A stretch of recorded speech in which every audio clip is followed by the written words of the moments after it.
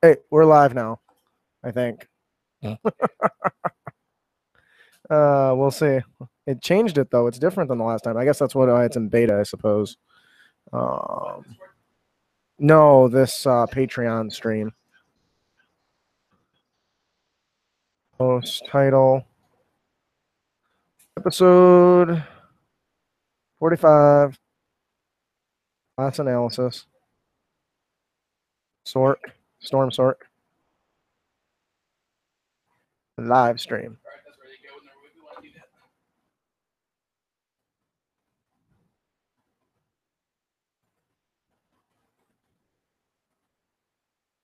Show notes. Let me just copy this, and I think we're good. We're good to go here. You want to come pop a squat? See if we. Oh, what's that? Oh, okay. All right. This is. I'm sure you've heard at some point my rant about how my comics internet sucks, right? Yes, I'm sure we have. I may have fixed the problem. Oh yeah? The solution totally bugs the living crap out of me. Why is that? Okay, first off, what I probably said in the past was I was paying for 75 meg, but I kept getting about on average like 3-5 meg, give or take. Yeah. Well, I finally decided to do some troubleshooting, and the first thing I did was I basically. What the hell is going on? And this was rooted to the fact that I happened to randomly dig up a 50-foot cable. Oh yeah. So I was like, okay, might as well just see what happens, just have a point of comparison. Plug the cable to my router and fished it through my apartment generator. And I'm saying, without being. And then I found out Comcast that I used to get 75, but they changed my plan, but they did agree to at some point. Oh, got ya. But because the person was from India, I didn't hear them clearly say that I went from 75 to 25. Okay. But when I put the cable in, I started using 25 meg. Something's wrong with our camera. Find something. It's not working. But can't do much more than that, I don't think. It says Logitech. There it is. It's activated. Deactivate when shown. Device default. Hit OK. We're supposed to be streaming, but there's clearly no video, and I don't know why. It was working just a second ago. I'm getting tired of this shit. This is what happens when I try to improve shit. It just doesn't work. Yeah, I'm a bastard. I see somebody's joined us, so they got the Google Hangout, but oh, there's the chat box. Hey, yeah, our camera is garbage. I would say we're having some issues occasionally, but we are trying to get this new stream system that we started last week, and because it's in Patreon beta, it's already changed twice. So now I'm trying to figure it out again. But it looks like I might have got you. Is it the motion that's blurry, or is the picture itself blurry?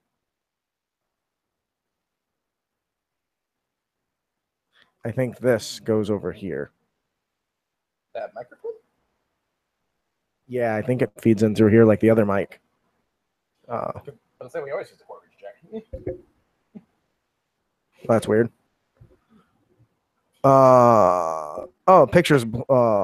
Picture itself is blurry. Well, that's not good. I blame Patreon. It's not Patreon's fault, that's for sure. I blame Google's fault. Thanks for joining us, Brian, as we deal with our difficulties. We're a bunch of scrubs here at Crit Academy, where everything's made up, and I should probably pay some people for this shit. Did that affect any audio on your end? Hello. How about this? Yeah, it affected that. Let's try something else before we do that. Hey, there we go. Ding, ding. Progress. But the camera is kind of blurry. I don't know. I wonder if that has anything to do with the bit rate, because I know I can change that stuff. Quite possibly. Yeah, shitty ass picture. Well, I'm ugly as shit, so it's probably for the better, I guess. And Brandon's running late because he was running a test 1, 2. Dude, let's just plug me in. Not gonna work without this plugged in. I want to try something else because I think I moved everything around. Okay. Hey. Yeah, that's super loud now. Can you turn your sensitivity down on that? I think I have it set on auto actually. Because I don't want it to pick up the echoey from my voice. I mean, my voices. Oh, hey, is it Jom or Jom? Jom. Is it Jom?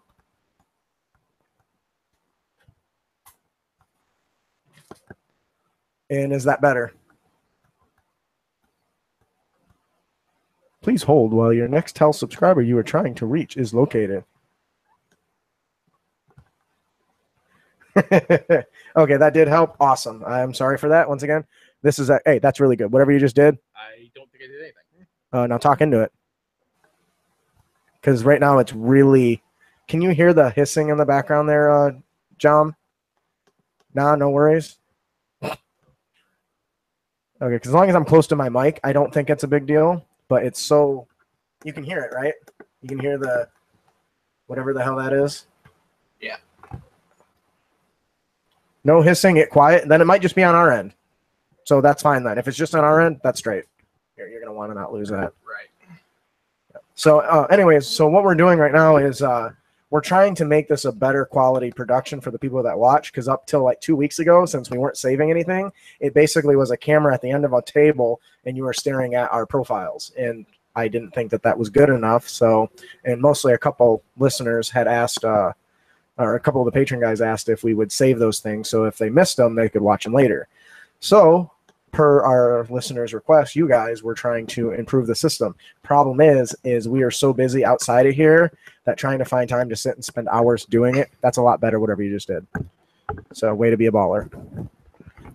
We're trying to improve it to better improve this. Test 1 2 3. Test 1 2 3. Let me turn on the audible here. How are my levels? I don't know. Test 1 2 3. Test 1 2 3. Oh, it's a little bit low. Oh, I can take care of that. Hang on.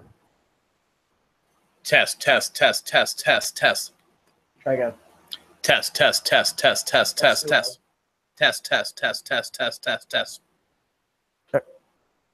Test. We need a box to sit that up on. Again. Can you stick it inside that goblet? No. That's an expensive mic. Well, that's too big. Yeah. See how quiet that is, though. We really want to step that up. Here, I can blow up the. Hey, there he is. We had enough technical difficulties that we were able to deal with your lateness.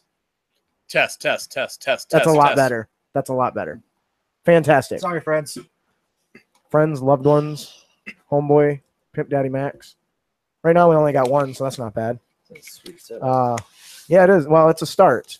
It's better than the really long table. Plus, I think it'll make communication between us a lot easier to deal with. Pull your mic. Give me a mic check.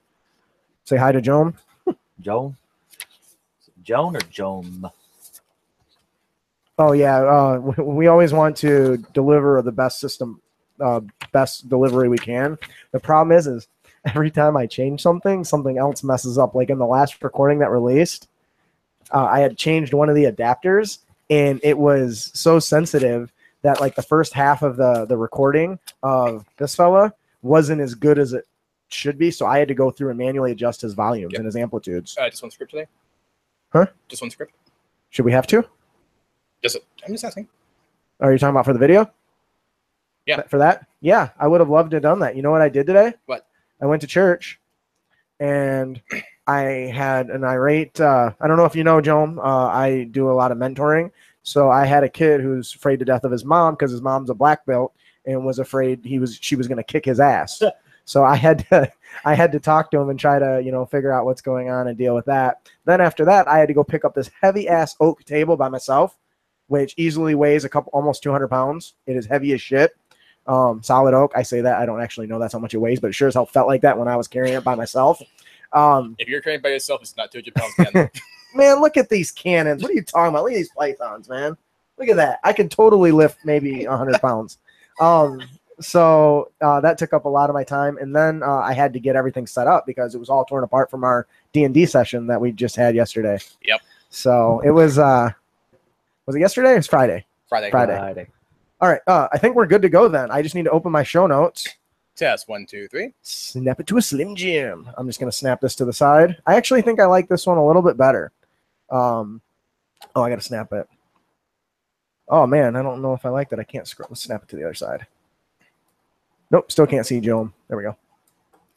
Let's do this. Yoink. Just make it. Come on, Ian. Respect the God King. I don't think you guys know, but on the emails that I send out, it's dash God King Emperor or God King Justin or Emperor Lord, or I don't know. I come up with some stupid shit when I send out emails. You're not Bahamut. Let's do this. Does that work any better? No. You know what? Nobody asked you. No, it didn't work any better. Jesus. This one will work though. As long as I can scroll down and see the input. And I gotta get used to it because the mic's actually on this side, so when I'm looking at you, it's clear. So I gotta remember that. Because normally I'm used to talking into it this way. All right, that should work for that. We'll put his shit. Maybe that won't work. No. Just move it over. You know, that'll have to work. Fuck it. I got it. You got it? Show me, oh great Ian. I will. The man with the master plan. Oh, also, real quick, open up OBS just to make sure that that's still capturing. There's no video on the OBS. Oh, that's because the Google Hangout is using it. I remember I was complaining that the camera wasn't working. Yep. It's because the last time we used this a week ago. Yep. It was right through OBS to YouTube. Now it changed. It went from that to Google Hangouts, which uses anyway. Whatever. It's all good. I'm sure he's tired of listening to our bullshit. This is why we cut all this shit out, by the way.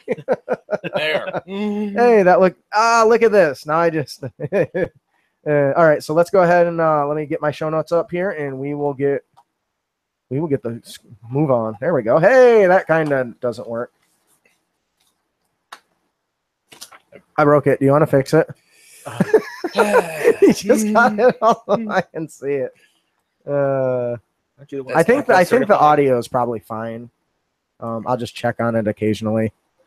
I mean, hey, there we go. Hey, that works. Hey, you the man, Ian. I don't care what Brandon says about you. It's all true. It is. I'm sure it is. All right, so we're gonna go ahead and get started. I have I'd like to say we've got a very special reward. I'm actually going to fix this since you guys see it. We're gonna scroll. We're not gonna tell him yet. Well, maybe I should, because I've got a special reward here that's not on here. And actually, well, how about let's get into the show, and if Joe is still sticking around, he'll find out why. It's good that he joined us. All right. So I will hit it up first, and then if you guys want to, you know the role. You know the roles.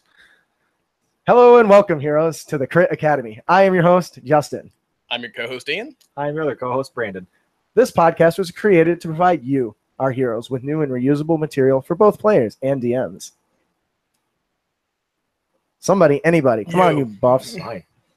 We hope to inspire you with creative content that you can bring with you on your next adventure. Okay, your mouth is not in the mic. See where it says newer on the box? Newer. There you go. Is that good now? You can't talk on the top. The mic's on the side. I've told you this like 10 times. At least. Is that good? Yes. Where do we leave off? In the italicized part. We hope to inspire you with creative content that you can bring with you on your next adventure. Our show may not be suitable for young children, but neither is our D&D games. Nope. I would like to point out that I'm glad you got it right. Did I fix the typo? Oh, I did. That's why you got it right. I got an email from somebody that was bitching because we were saying the show may not be suitable for young children, but neither is our D&D games. That's not right. Or that is right. It was something else. And he was like, I was cringing every time you guys said it with your terrible grammar. I was like, I only speak bad American, all right? Okay, first off, there's no such thing as proper English despite what the professors tell you. Well, yeah, because it's an evolving language, right? It's an ever-changing convention. Speaking of which, luckily for D&D, the languages don't evolve because then you never be able to figure out that shit that's on those ancient tombs, right? No? All right, anyway. This sword is on fleek. What's that mean? I don't know. No one knows what that means. So thank you for joining us today. Thank you for joining us today here at the Crit Academy Studios, where everything's made up and your rolls don't matter. That's right. Like your rolls are like thunder without lightning. Yeah, I don't know what I do. Thunder and lightning. Oh my god. That post passed down the generations by the Armstrong family. Yes, it Did you is. get your tickets yet? to the gun show, baby. Anyways, each episode we like to draw one lucky subscriber. No, I've got a very special. You really want to say it, don't you? He says, "I really should have screenshot that." What the? I assume he's talking What about. are you talking about this? Here, I'll pose just for you. 1,000, 2, 1,000. There you go, Joan. That's just for you, boss. And actually, because you're the listener watching us today, last week I think we had 2 of the patrons join us, but I decided today we have a special gift to give away. Special! Loresmith, if anybody has noticed, Loresmith has been giving out these, or advertising these absolutely amazing map tiles. So how surprised was I when Loresmith contacted me and say, hey, how would you like to raffle off some of these for your show? And of course, since I just love bribing you guys, right? I love bribing you guys. That's why you listen, right? Because I give away free shit. That's all I can imagine anyway. That I decided that I would give away some the first one today to somebody who showed up to the live stream, the first person. The only person. Yeah, well, if you think about it, we only have 6 Patreons right now, but that's way more than we had a month ago. So That's not saying much. that being said, these tiles are awesome. They're pretty awesome tiles. If you haven't seen them, they're incredibly detailed. They're amazingly flavorful. He creates these little box sets, so to speak, that contain a specific theme. The modular designs are used to go for Rule 20 or Fractal Mapper or Fantasy Grounds or any of those digital games that you play online, which is great because those. It's one thing to get an overall map that you can use, but to get the map tiles that are in individual connecting components, you know, the plus sign, corridors, and all that sort of stuff. He gives you this really fancy sets, and they're beautifully drawn, by the way. They really are. So pretty. What's really interesting, though, is that all the sets are cross-compatible. So they all fit together, even if you if you really want to throw your players off with like some Twilight Zone shit where they start in an Egyptian temple and they walk through a damn door and now they're in a jungle, or you know, something along those lines. I think that's pretty cool. Yeah, so for instance, the example he gives, you know, the Genesis corridor, and combine it with, you know, tiles from the Wild Growth, which is more of the outside stuff. It's beautiful. It's awesome.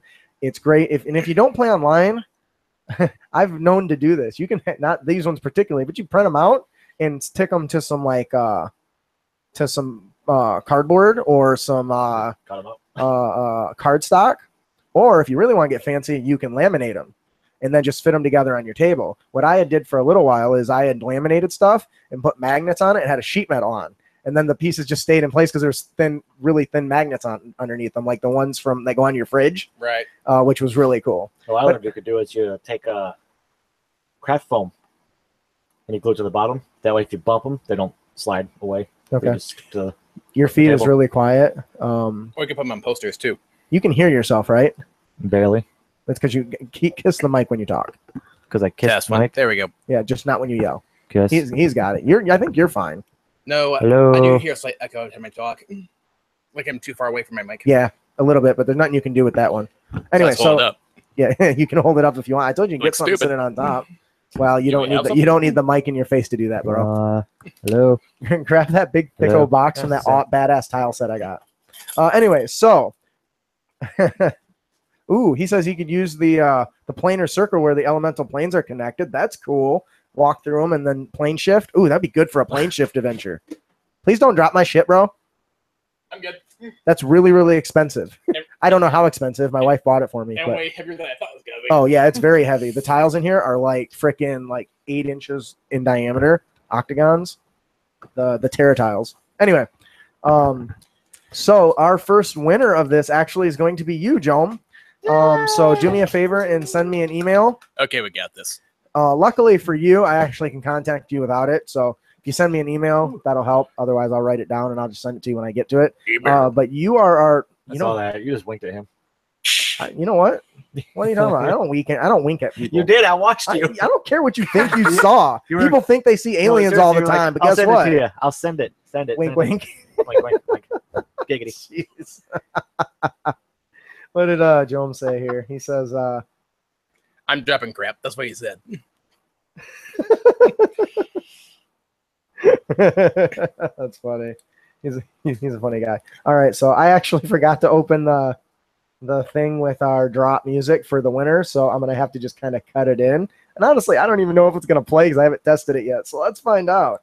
We have show note. Is it promo files? I think it's under promo files. Show notes. Show notes. No, it's under. See, I don't even know how I got this shit organized. That's how unprepared I am.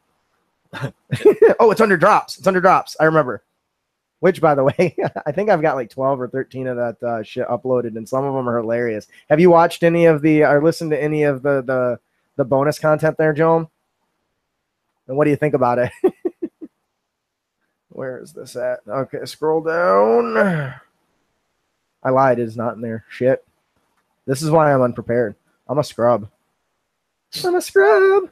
I'm supposed to be playing epic drop music right now, and I can't find it because I'm a scrub.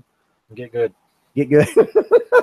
Maybe it's in that folder called Sounds. It's actually not in the folder called Sounds, believe it or not. I think I just put folder of Sounds and show notes, though, because you distracted me. What the hell? Podcast show? Yeah, podcast shows. And it should be down here. It's called Introit, I think. No, it's not called Introit. I don't effing know. I'm sorry, bro. You don't get no wicked cool music because I'm a scrub. What if it is in Sounds? Promo files, maybe? If it comes crashing down and it hurts inside. Bam, bam, bam, bam, bam, bam, bam, bam. We gotta do it by yourself because I can't find the effing sound file. Oh, you know what I can do? Search. Yeah, but I don't know what the sound file's called. There it is, winter music. That can't be right. Says it's only 5 seconds. Nope, denied. You done broke my shit, man. All right, I'll just put that shit in there later. That's too bad. Or maybe I just highlighted it. I think I just highlighted it. What did he say? That's wrong music. I can hear it. Woohoo! That's not the right music. Congratulations. I played that just for you. That's the one you're getting. Oh, yes. 2 weeks. Hey, Lee joined us. I finally got my headphones to work. Congratulations. You must have cheap shit like we do. Be honest, though, the very first next month when we get the first pay from our patrons, I'm getting you a new mic. So you can thank our patrons who are watching right now because you're going to get a new mic. You gave me a new mic. Yeah, I'm gonna get one just like that. Okay. These mics still suck, but they're better than, I mean, I don't think that they're better than this one. This is just a different type of mic, right? I'm pretty sure this must actually better than your mics. Well, it causes problems on my shit, so I don't care what you say. Hey, from there, does it look like we're talking to a bunch of robot penises? I love this. He's calling me the God King. I'm glad it stuck.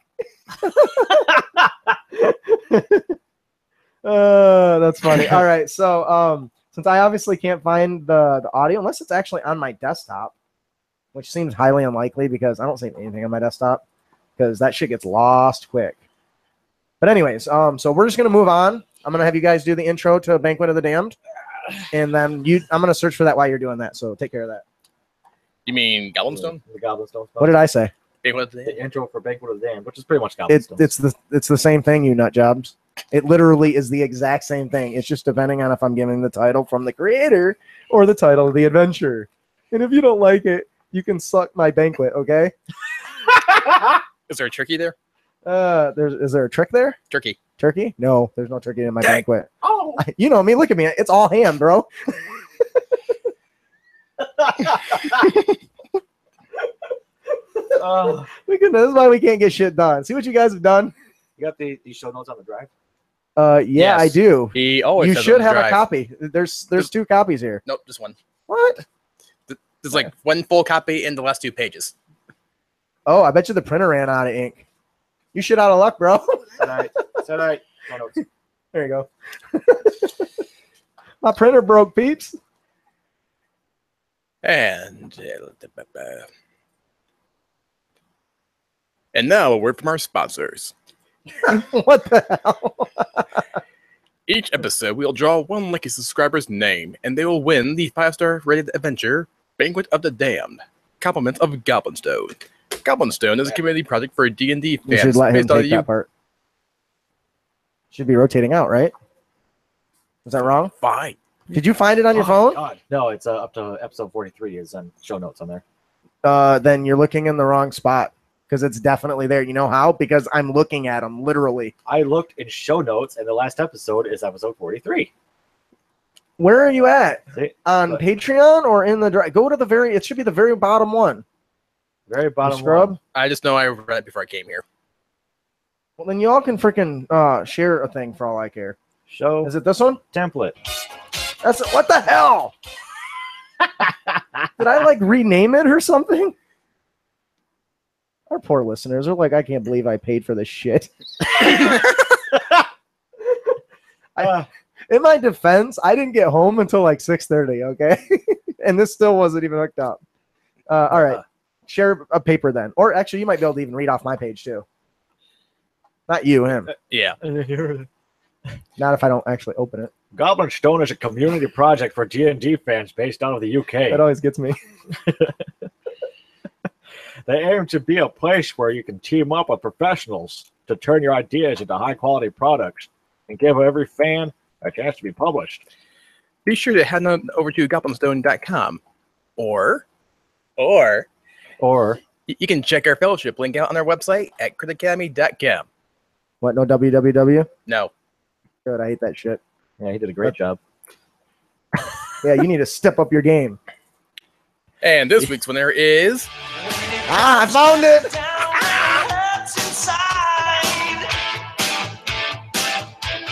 Oh, Numa. Sorry, now you're gonna have to listen to that shit twice. Yeah, But I found 'cause it. Our winner for the week is... Wait, what? Who's the winner for Goblin Stones? Banquet of the Damned for this week. He's right there. What's the name? Matt No Name 75. Now, play it again. Yes!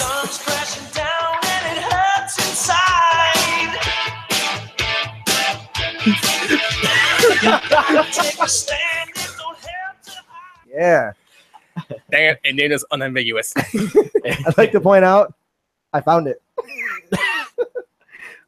Congratulations, Matt No Name 75. You are this week's winner. If you enjoy the adventure, please let us know. Let Goblin Stone know. Please leave them a review. When it comes to published content, you guys help improve their product. Yeah. So it's important to.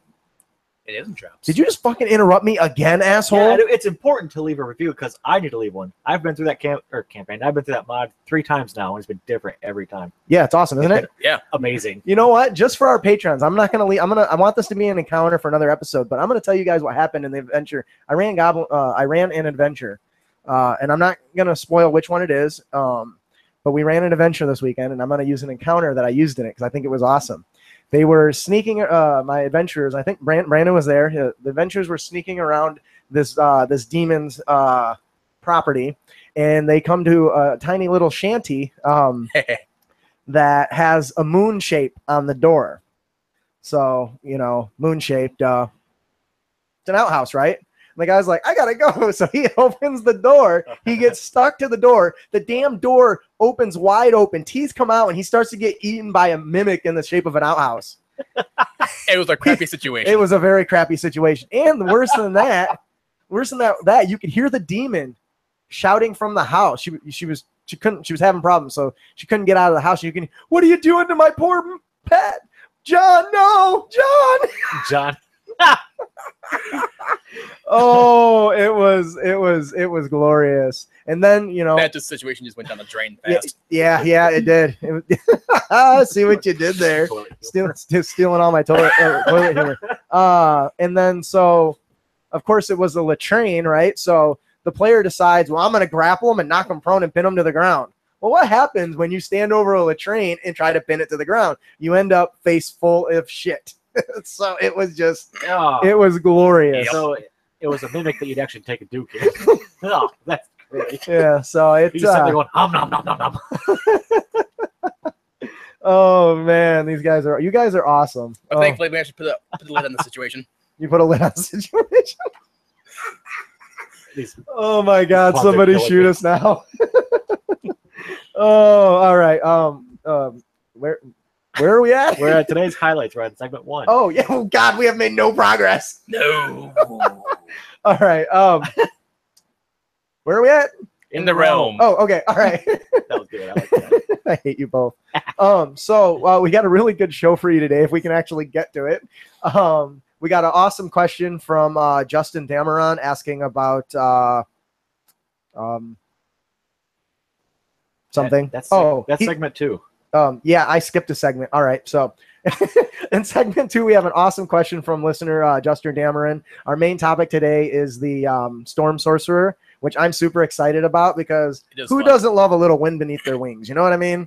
And then, and then, of course, we have our Unearthed Tips and Tricks, which you guys have watched, which not only you guys, but is my personal favorite segment because there's so much good content that comes from it and great discussion. So, There is. but before all that, we have In the Realm. Ian, what's going on in your realm? And don't you say fucking work again, or I'm going to elbow drop you right on TV, all right? Or whatever the hell this shit is. Work. God damn it. Joking aside, though, my just for a slight background, a couple of weeks ago, my grandparents visited me, Oh, that's cool. and we went to it, and they're originally from Missouri, if you will. Okay. And this is important because Missouri or Missouri? Missouri. Although what's the Because difference? I was gonna say I don't think there's much of a difference, but I'm just trying to. One's in flames and the other one's underwater. Although one's pretty hot, but anyway, Yeah, actually they're both pretty hot. But anyway, that's what she said about me. Anyway, continue. and I told them that I found a pretty awesome barbecue place, which is probably like the best ribs I ever had. Ooh, that's saying a lot because. And since they're from Kansas City, which is apparently a pretty big barbecue hub, they took that as a challenge. Well, that's kind of any southern place is all about barbecue, isn't it? I went to Tennessee, they told me the same thing. I went to Kentucky, they said the same thing. Texas, we all love barbecue. Well, that's I'll that's tell true. you, barbecue's the best damn thing down here in the South. I'll tell you what. Only one use propane and propane Accessories. Yep. But anyway, I took them there, and this was the Homeboy Barbecue in Flushing, by the way. Okay. Like a small place in the middle of nowhere, but they sure enough, we went there, they sat down, they had their brisket, and they said it was about as good as anything they had back home. This is some of the best damn meat I ever had. I'll tell you what, buddy. And because it got such a good marks from them, if you will, my mom came up this weekend, and we also went there too, and she thought it was pretty awesome. Wow, that's awesome. Are you going to drop this place and that we're not getting any royalties or sponsorships from, just so you know? We're not being paid to throw this out there. What is it? Once again, Homeboy Barbecue. Oh, I wasn't listening the first time clearly when he said it. Homeboy. It was going Yep. in one ear and out the other. So yeah. Dang it, Bobby. Dang it, Bobby. Whoa. This is where you I'll ask tell somebody you else. This is where you ask somebody else how they're doing. Brandon, what's going on in your realm? Oh, I got a sore back now. Well, it Sorry. can't possibly Oh, God. from all the carrying in Overwatch because you're the one usually being carried. Oh, you like that? You see that? I know. I got Overwatch jokes now, people. I You- was playing a little bit. I got Overwatch jokes. How many times have you played? I played once and I got raped, but I played Overwatch now, so Yeah. I've got the jokes now. Yeah, piss off. No, wife plays it a lot. I only play a little bit, but I'm still better than she is. I still love the when me and my son with Mercy. When I die, I want the team there to be at my funeral and place in my grave, so they can let me down one more time. Well, I'm sorry. Not really. We interrupted you, but go ahead. Whatever. I've been busy the last 2 weeks just with, work. Whoa. I have to interrupt you again because Jome is talking shit about we need to step it up and play League of Legends. Let me tell you I just about downloaded League that of last Legends. night. I downloaded that last night. I want to play. First off, I'm a Dota 2 player, so yeah. Yeah, let me tell you about League of Legends. There's a game that's a million times better, and it's called Smite. Do you know why it's better than League of Legends? Can I tell you? There's not a bunch of whiny little bitches screaming about me, telling me they're gonna rape my mom. All right? No, we're gonna lose a patron if you keep talking. You just It's not my fault. He loves a crappy game. you should just said because Hercules is voiced by Kevin Sorbo and just left it at that. Oh, that's awesome. Like I installed League of Legends last night and I Run. started playing it. Yeah, I can't even get this asshole to play games with me anymore. I was It's playing 'cause Rocket League, 'cause and when now I've I'm got nobody playing- to bring me When I'm down. playing, you're 4 hours into sleep. Whatever. Anyway, so we interrupted you again. When I'm awake, you're asleep, and vice versa. Yeah. Played a lot of D&D this weekend. Yes, you did. Why don't Yeah, you tell so me how they went? It was a friend of mine's birthday. One was Saturday or Friday with him before I went to work. Yeah, make sure you're talking into the mic. Work. Work all day Did it long. again Saturday. How'd you like that game that I ran? It was good. You gotta talk it up because they're the ones that are gonna get to play with me. Tell me how awesome I am, please. Go ahead. I am the God King Emperor. God King Emperor. He did a good job DMing. It Good? was nice, and the I'm paying you to say more than that. you're not paying me yet. And the role playing that he did was actually pretty good too. Like the cocaine. Yes, Lee, we very well know that. I'm well aware. Yes. I ran it again on Saturday, which complete was a different way. So it was 2 different games. It was really neat how she played it out. And then I invited them to my house today. Because it's a friend's birthday. Touching your lips like that. It's a friend's birthday. Like that. See? I got it. Ooh. Our listeners smell delicious. Like bacon. But there was a friend's birthday this weekend, Bacon so rolls. I ran a mod that I created, and they loved it. They said the hook could be a little bit better, but I'm still working on it. Since when do any of them care about the hook? They care about putting little guys on squares and moving to the next square and stabbing the next guy. I've ran this mod 2 or 3 or 4 times with different people, Mhm. and Troy's the only person who was able to figure out that it was a time loop going on. Awesome. Did you use one of our encounters of the podcast? We talked about that in one of the episodes. Nope. Of course, you would know that because you're not listened to all of them yet. You need to get caught up, I'm bro. going to listen like to today. that. All right. Wait, what's the date? Like this weekend. It's the 17th. Tonight at midnight, my data resets, and I can actually start streaming it. You have Wi-Fi here. You want me to listen to it while we're on the radio? No, you can download it in advance, you goof. See what I got to work with? Anyways, so you had a lot of fun this weekend. Yes, I had fun this weekend. Are you guys want us to get back on topic? I mean, we'll draw a lot, but you know what, Justin? What's going on in your realm? Let me tell you what's going on. I'm glad you asked. I got a real shitty day today, literally. So you see this table we're on? I've been wanting to get a round table for a while. So I post on Facebook, hey, I'm looking for a round table, blah, blah, blah, all that great stuff. Random cousin I haven't talked to in like a couple of years says, hey, I got one. Here you go. I'm like, great. Drive on over there. Damn thing weighs 200 pounds, heavy as hell. Not the problem, though. We get it tore down. We're rolling it outside. It rolls through dog shit all down my arm as I'm rolling this thing. And I can't just let it drop. My elbows are on this thing. I had to roll it through a big pile of shit, and it got all on my arm. Oh, God, it was so nasty. But I had to keep rolling. I couldn't just stop. You know what I mean? So it was very – don't worry, I cleaned it, you assholes. Very thoroughly, in fact, because I was grossed out. But so I had literally a shitty day. I mean, worse, it probably went to this crack in the middle where the leaf goes. Because then you look at the bottom side, it's like some horrible Play-Doh fun factory. So yeah, it kind of sucked. And I put all this together today. This whole thing that we normally use was disassembled. So that's why we were having a little troubles when we got started because I didn't get an opportunity to get it all ready to go beforehand. So I do apologize. So yeah, it literally was kind of sucky today. Yeah, and now my truck smells like shit, by the way, even though I cleaned it when I put it in there. I think it's funny how you call an SUV a truck. I don't go talking shit about your burnt out Pinto. It's a Buick.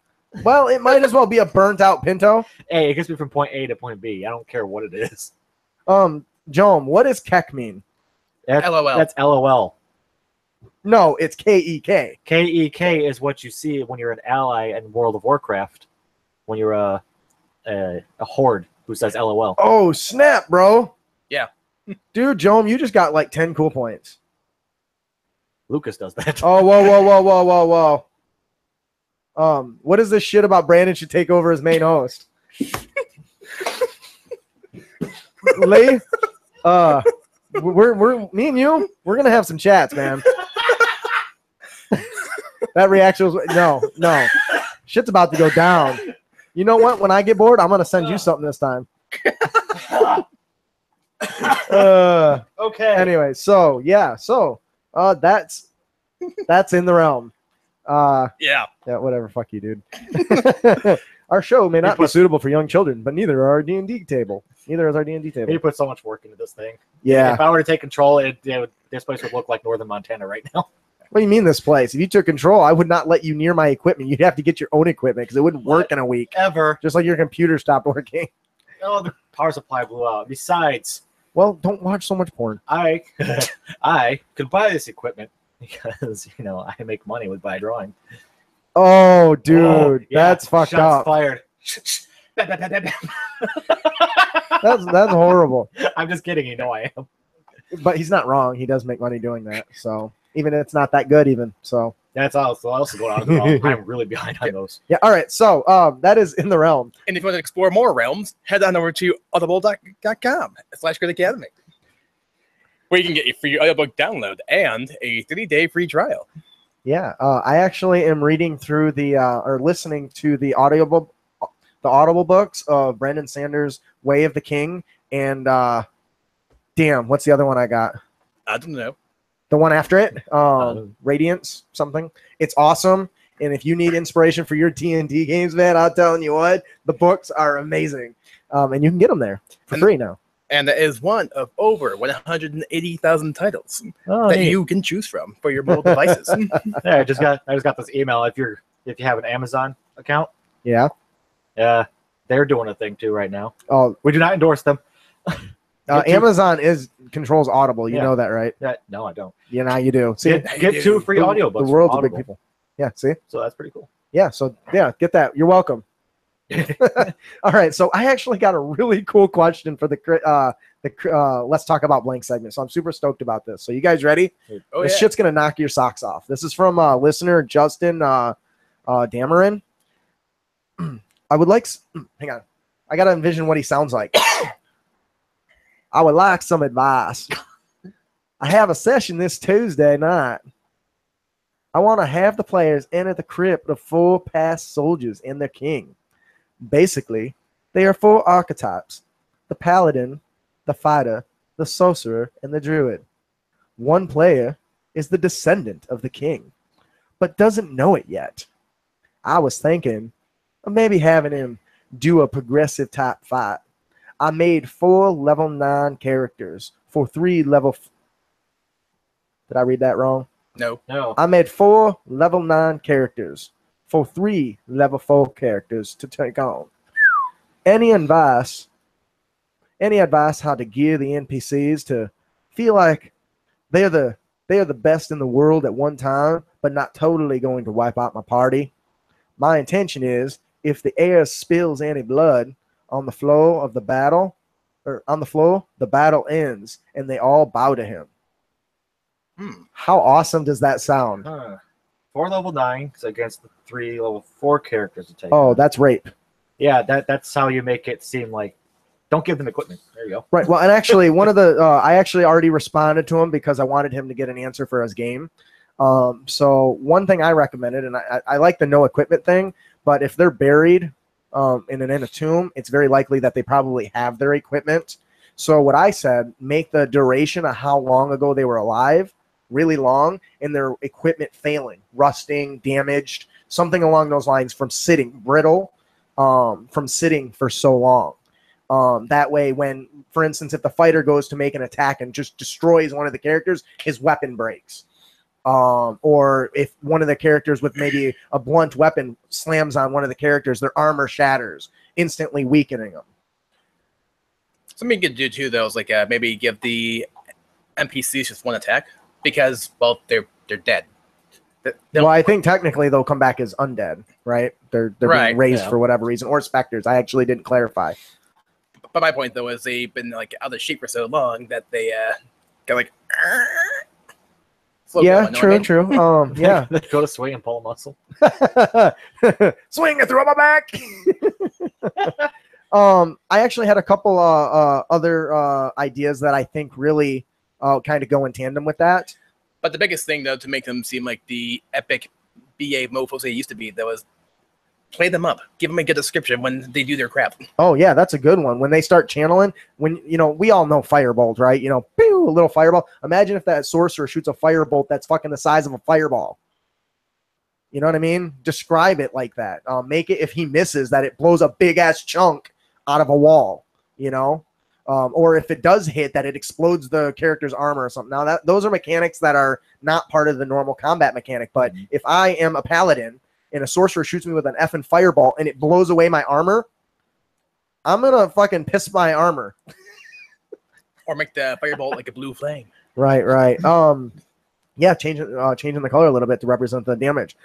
Here's a couple other ideas that I talked about. We talked about the weapon breaking. What if the talisman that their arcane focuses, you can have them break, so after they cast a spell, it shatters and they can't cast spells anymore. But make sure that one attack, like you said, really has a lot of oomph behind it, and that once they get hit with it, they realize how fortunate they are that that person just lost their arcane focus. I like this because it'll really give them a sense of how powerful the characters are. Because I wouldn't say weaken their damage or anything. You want the character to get hit by something and realize, shit, we done fucked up. And actually, you could even go farther than that. Instead of maybe something breaking, maybe the sorcerer is so weak or is so unused to casting power, his wild magic gets loose. And it just wrecks everything around the players, maybe even frying a player in the process. I think this is a good opportunity where you can afford to knock your characters the fuck out, knock them to the ground, beat the crap out of them, because as soon as they hit that one person and they draw blood from that person, the fight's going to stop. So at some point, they're going to have to hit that person. So this is a good time to showcase what they're capable of. Sure. And if they go unconscious or they get in the crap kicked out of them, it's not going to be a big deal because they're not going to take it to death. So you really can. This would be a good example of when we talk about making your fights more overpowered. Mm-hmm. But now he's concerned. He does want them to get some actions in and to do some stuff. So I think this would be a good way to maybe give the players or to give disadvantage to the initiative rolls on the enemies, so that the players get to take their actions first. Sure. That way they get to do the little bit of combat. But if you describe it, if you're a big hulking fighter and you go in with barrage after barrage after barrage, and this guy goes ding, ding, ding, ding, ding, and just blocks them, you're going to think twice about going after him again. Yeah, you use the DM screen. Roll and be like, oh, yeah, he missed. Of course, the problem with that, though, is the fight ends when the air draws blood. So yeah. So that being said, as the DM, he can choose not to attack that person right away. True. That's what I would do. I would purposely attack that person last. But that's just me, honestly. So, all right, what else do we got? I think you guys got any other ideas for that? No. All righty. Pretty good one. Yeah, I really like that. I'm trying to think. Just steamroll them. Make sure you can steamroll them. This is a good opportunity to do. And especially if the characters think, hey, wow, their weapons were broken and damaged, and they still wrecked us. Imagine what they could do if their weapons weren't broken. Actually, maybe make the weapon so broken that you're basically using like the damage rules for improvised weapons. Yeah, there you go. That's a good idea. I like that. Yeah. All right, that is something. You're using this, right? Segment 2. Yeah. So that is let's talk about blank segment. Justin Dameron, thank you so much for your question. We hope we answered your question. Actually, I know we did because I already sent it to him, and he loved it. So what's important is we hope you guys love it. So yeah, so that is, let's talk about blank. I feel like there's something else I wanted to talk about here. Yeah, segment 3. No. All my show notes and stuff are kind of jacked right now. Yeah, it's not on here. I want to talk about Patreon. So before we move on to our main topic segment, I want to take a minute to let you guys know you can support our show on patreon.com/critacademy. You can become a patron. You get lots of little neat features. The big one, watching our stream live, interacting with us, or For better watching, or worse. Yeah, I was going to say watching us fumble around with technical difficulties as we rearrange and better suit our studio for live broadcasts. Right now, we have a round table where we're looking more towards the camera than we did before, so that's pretty quick. Give the fingers to the camera, not the middle finger. You get behind-the-scenes footage. I got some really good pictures from our games that I'm going to post here soon when Brandon figures out how to get them to me, because apparently he doesn't know how to work his phone. Yeah. We're going to I lost my train of thought. What was I going to say? Patreon stuff. Oh, yeah, Patreon stuff. That stuff. You get a chance to play games with me. I run a game for you. I'm setting up a game for some of our patrons right now, just trying to get a time locked down. I realize that the more and more patrons I get, the more likely I'm going to have to just pick a week, and hopefully they can join me. Mm-hmm. If not, I'll pick somebody else. But as of right now. I'm really excited to run some games for our patrons, and I think it'll be a lot of fun. It's our way of giving back to you. Yeah, you're right. It's very right. It's our way of giving back to you, and the fact that you're willing to support us. Though after the episode we just recorded, it's likely these people are going to leave. They're like, it's a fucking hour in, and they're not even to the main topic. All right. So thank you. If you want to help us become a patron, if you can't afford becoming a patron, tell a friend. We don't spend any money on advertisement, which because I don't have any. But give us a like and a share. Sharing our posts that you find entertaining really does help. It gives our show a farther reach. So you guys really. Lee says I'm too heavily invested. Damn it. Well, there was another thing I wanted to. So thank you very much to all of our patrons that have joined us. Thank you guys so much. It really tickles my genitals that you guys wanted to pay to really just get to know us better and hang out with us. Oh, that was the other thing. Patreon pals. Balls. Patron pals. Patreon. What did I call it? Fuck, Patron pals. Patron pals. The peepees. Where we just sit and see why we can't get shit done, people. Yeah. John says I have no life, so I good. And I'll tell the world stands on soapbox. God, I love you guys. You guys are awesome. But thank you so much for supporting us. Damn, I forgot the other thing I was going to talk about now. Shit. Oh, yes. So if you haven't seen it already, after our last Patreon pal, apparently Lee got bored. And he made us the most baller video. Like, I'm pretty sure that I peed a little bit from my excitement. Not even kidding. Just a little bit. Like, I was jumping up and down. Is that awesome or what? That thing. I was sitting at work and he sent me an audio file. I was like, hey, one of our patrons made something. I'm like, oh, what's this? I started listening to it. I had it up my ear. I was like, oh. Have you seen it? Yeah. Oh, good. Because cool. That would be really weird. So You're just being quiet. I sent him a picture of me doing this. It was very awesome. Oh my God. You really did an amazing job, Lee. Thank you so much.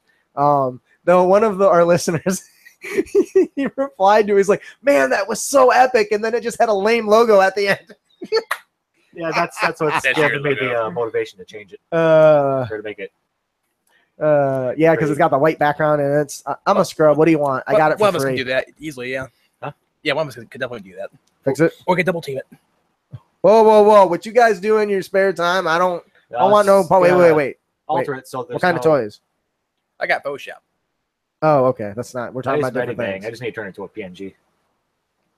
Oh, he Joan likes our logo. He said it fits me, which is weird because my clothes don't even fit me. So thank you. All right. So it needs to have a giant dong on the page. Oh, by the way, since you guys patrons are here, I got some good news. We're editing this area and everything and making it better to look more presentable. And I've convinced my wife to let me spend a little bit more money. We're gonna put a tablecloth over this bad boy, and our logo is gonna be emblazoned on the front. Emblazoned, is that the right word? I don't think that's wrong. Embossed. That's the one. Thank you. But emblazoned works too, I think. Embroidered. Whatever E word you want to use, okay? Is it M-I? There's options. I'm an idiot. In case you haven't figured it out, I gotta repeat myself. We're gonna have a cool logo on the front of our thing. Fuck yeah. So thank you, Lee, for all your work. Embroidered. Look. Come on, God King. Yeah, I'm God King, but let's face it. He's not seemstress. Well, not only that, if the world today has explained to us anything, you do not need any sort of brain to climb to the top. So let me tell you something, though, God King. Okay. God King, I love it. God Let's King. keep it up. Let's keep that shit rolling. Me? 2-0. 2-0. For what? I told you what the E word really was. Embroidered. No, I said embroidered. He said it, then you just copied him. I said embossed, and then we both said embroidered. Okay. Whatever. I'm smarter than you and other shit. He's got a point above you, too. Maybe I should take over. Fuck you guys. I'll fucking wait today. I can't take over. Okay. What the fuck is that shit? Damn it, Lee. He goes, What? I say Brandon is the God King, Ian is the demigod, and Justin, maybe a lemur. Lemur. A lemur. See, I just lost like 20 rounds. I did do that on purpose just for you guys. I hope you know that. All right, so let's get back on fucking track because once again, it's goddamn 8 o'clock and we aren't even to the main topic. Luckily for these topics, they go pretty quick. So We need to work on that, yeah. What? Staying on topic? especially for our Patreons. Yeah. They probably want to actually hear shit. All right. Where are we at? Segment 3, the So, main hey, shut up, goddammit. storm. No, shut the fuck up. I got this. Deep breaths. All right. Source. Go ahead, Brandon. What the fuck? Why don't you take the opening line? I'll take the second one. And then yeah, And you two alternate. what should we do? Actually, who do we have with us? Lee and who? Give us some Duke. Joan. You want Duke? Shots are definitely fight. Actually, let's let our patrons decide. That's what I was gonna say. Hey, what kind of voice would you like us to do the intro in? I can give you. Duke, there it is. I knew that was coming. Duke is awesome, man. That's like the best voice ever. I can give you the Duke anytime you want. That's what she said. And a hot side of beefsteak. Giggity, giggity, giggity, giggity. Fuck. Oh, all right. Stewie.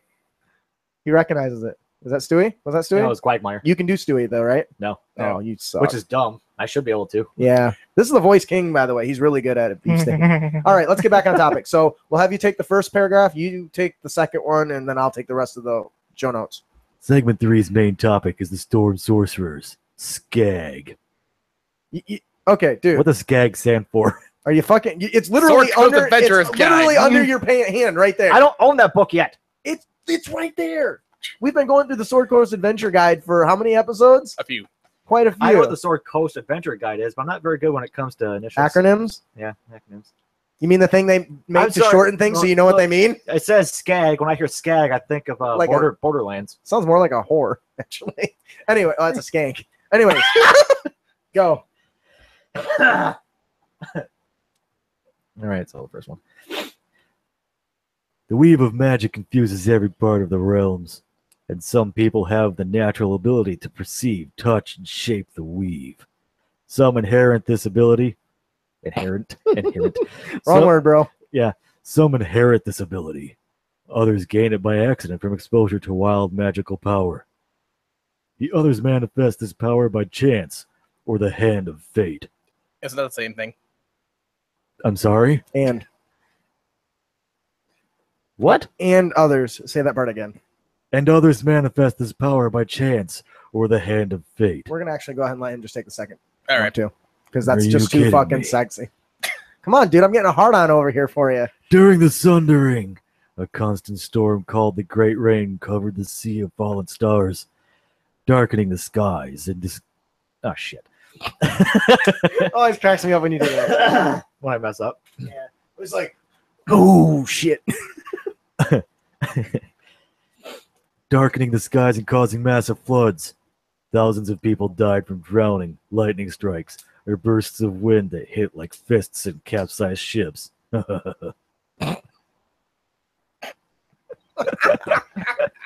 good. A few survivors of these events found themselves blessed or cursed with the innate magic able. Fuck! A few survivors of these events found themselves blessed or cursed with innate magic able to bend lightning, thunder, and wind to their will. And that's when the Fire Nation attacked. I love it. They can bend lightning. Real lightning. So, storm sorcery. Your innate magic. Your innate. Damn, I cannot match Innate. that, dude. None of us can I say can't even follow you. No, I'm trying to think Drop it of. low. I can't do it. That Yes, was you can. close. All right. Ooh, you touch my tra-la-la. Ooh, my ding ding dong. God damn it. You keep getting me distracted. This is why you guys can't get no progress done in your adventures, by the way.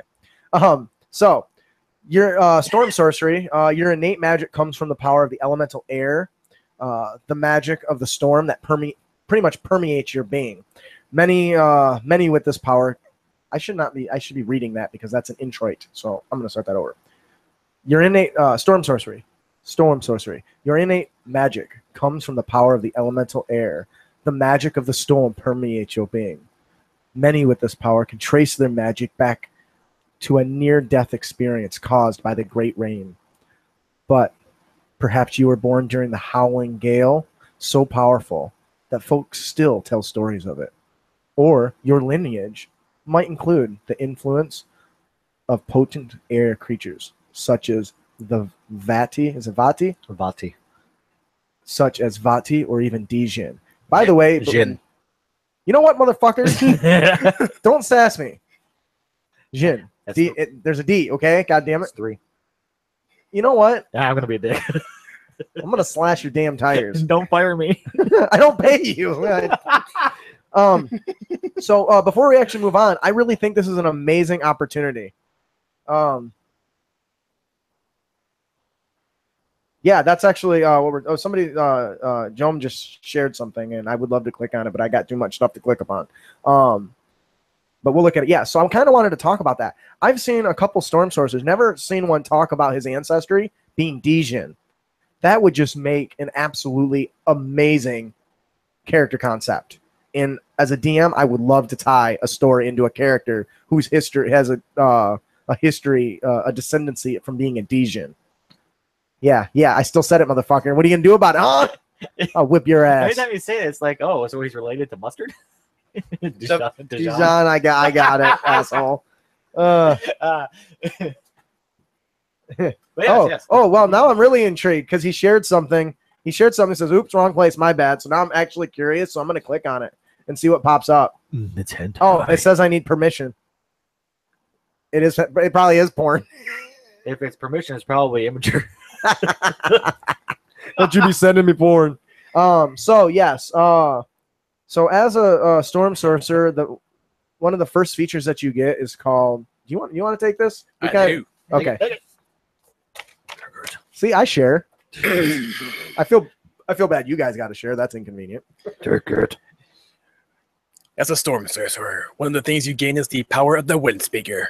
The arcane power infuses you with knowledge of the elements. You can read, speak, and write in Primordial.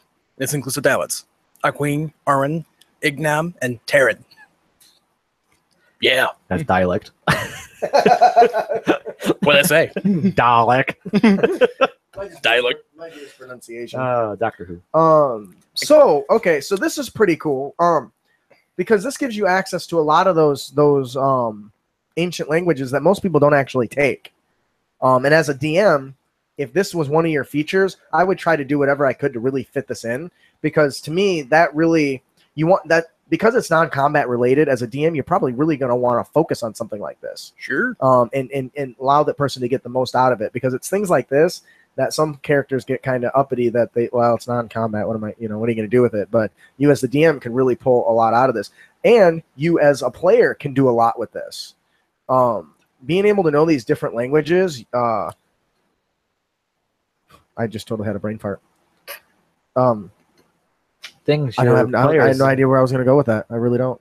Things your players and DMs can do with the languages that are ancient and rare, like finding out something that is very important and not telling your teammates. That's a dick thing to do. That's something you would do. All right. Yeah, I played games where the DM, you have to plot hook to one player, and then the player was, yeah, cool story, bro. Walks away. Doesn't tell nobody. Dick odds. Yeah, so this is pretty cool. Just because the fact you can write in a language that very few know means you can be a very valuable asset. If I was a Storm Sorcerer and I had this ability, I would be probably, every time I go into town, hey, are there any ancient scriptures I can go decipher for these people? And then sell it to the highest bidder or something like that. I really like stuff like that. Little lure things. Oh my god. I just realized what you were talking about with having that as a dick move is that the DM hands him a note, and you read this or whatever it says, the world will be destroyed in 3 days if you don't do this. And he doesn't say anything. He just throws it out. That's and what a few was weeks later, you're sitting there in a dungeon, all of a sudden everything just turns black. Like, what happened? The world ended. Why? Because he didn't tell you about the end of the world. So that's very cool. Next we have Tempestuous Magic at first level. Now, very few classes give you something really cool at first level. I love this. I think, in my opinion, this is one of my favorite first level abilities, other than maybe some of the cleric crap. I use this. Cool. You can tell us about it in a second after I read it. So at first level, you can use a bonus action on your turn to... What the fuck? Okay. To turn into. Yeah, I got it. No, I don't think it's turn into. You surround yourself with it. I think I just got some typos in there. So at first level, you can use your bonus actions on your turn. On your turn, gusts of whirling elemental air briefly surround you. First of all, that's awesome. Yep. Especially if you got to like fart. You can quickly blow away the evidence. Immediately before or after you cast a spell, first level or higher, doing so allows you to fly up to 10 feet without provoking op attacks. Now, one of the biggest weaknesses of the Sorcerer, not only is their HP, but their AC level is shit. Yeah. Without mage armor. Unless you're the Draconic Ancestry, right? I think it starts at like 10 at level 1. Yeah. It's bad. I mean, unless I think you got maxed out Dex, I suppose. Farts and blows it behind teammate. Nice one, Joe. I really think that this is an amazing ability because it helps you overcome one of the biggest weaknesses. If an enemy approaches me, and now I can only have what 8 hit points, right? Yeah. I'm probably gonna die if that kobold stabs me. So this gives me a oh shit button basically to get out of dodge. So I can hit him with a magic missile and jump back. Now keep in mind these do cost you a bonus action, so that does take away other bonus actions, obviously. Right, but at level 1 specifically, you really don't have a whole lot. But True. I can see that being on, especially when you're doing meta magic and Right. trying to double cast spells and twin spells and stuff like that. Or yeah, what's the multi-spell ability? It's not quicken spell. Yeah. When you're trying to quicken. So yes, that definitely is a big deal. But if I've got a big giant freaking Goliath beast about to bash my brains in, I am totally fine with getting out of dodge instead of trying to do a little bit more damage. So to me, that's a really cool ability, especially because I like to flavor my characters. One of my favorite anime is Yu Yu Hakusho, and there's a character in there who is a wind demon, and he's got the Irish accent and all of it, and it is just great. But he's got like wind constantly going around him. I would probably take one of the cantrips to what is it? Gust of wind is that the cantrip? Is it gust of wind? I want take a cantrip that allows me to manipulate the wind a little bit and just constantly have like spirals of wind and really make me like a wind god or something, or at least feel like one. So that's pretty cool. Can you guys think of any other situations where this would be really cool? I just thought of one. Go ahead. Well, if you are at level 1 and you're falling, Yeah. Oh shit! Get knocked off a cliff? Fuck you! free feather fall. I think if the DM would allow it, you could. And if they're light enough, throw some ball bearings into the wind. So now you have an improvised weapon floating around you. That's cool. I like that. No, I really like the flying because feather fall is a reaction, right? Yes. So can you still do that then? Because that requires a bonus action. Let me rephrase. If you jump off a cliff on purpose. Well, even if you're knocked off, you use the reaction of feather fall. When your turn comes, That's true. you could then cast a spell and clear that distance maybe. Or if you're smart and save your bonus action as a reaction. No, I don't think you can do that. You mean ready your action? Yeah. Yeah, you can probably do that, but no, it still would not. When you ready your action, you don't actually gain a bonus action. You don't. lose it. So I don't think that would work. I think you would be falling. The slow fall would take effect, and then you would have to use your next turn to do it.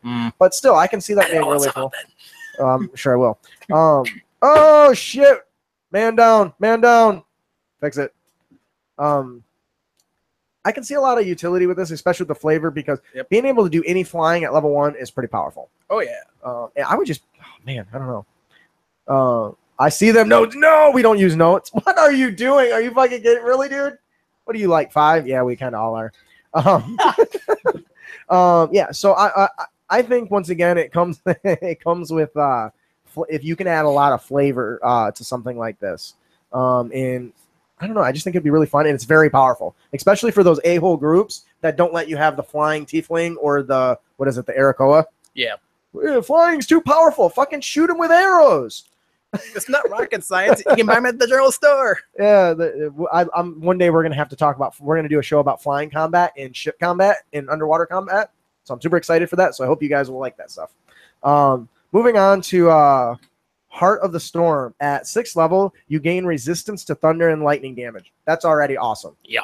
Anytime you can gain resistance to not get effed up, it's a good day. Especially if you're playing a race that already gives you some other immunities to resistances. like Tiefling, resistance to fire. So or Dragonborn. Yeah, you can pick the element. So you can you can have starting at level 1 up to 3 resistances. 6.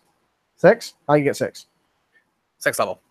Oh, damn, that's less cool then. So, so by 6th level, you can have up to at least three resistances. That's huge, and probably more than that, depending on what other combination of abilities you take. But I'm always a fan of half damage because I don't like to die. Though I probably die almost every character I ever create because I play my character stupid. So in addition, whenever you start casting a spell at 1st level or higher that deals thunder damage or lightning damage, stormy magic erupts from you. Oh man, once again, Ass Blaster would be funny. This eruption cases the creature of your choice that can be seen within 10 feet of you. Causes. I really got to learn to type. This eruption causes creatures you can choose.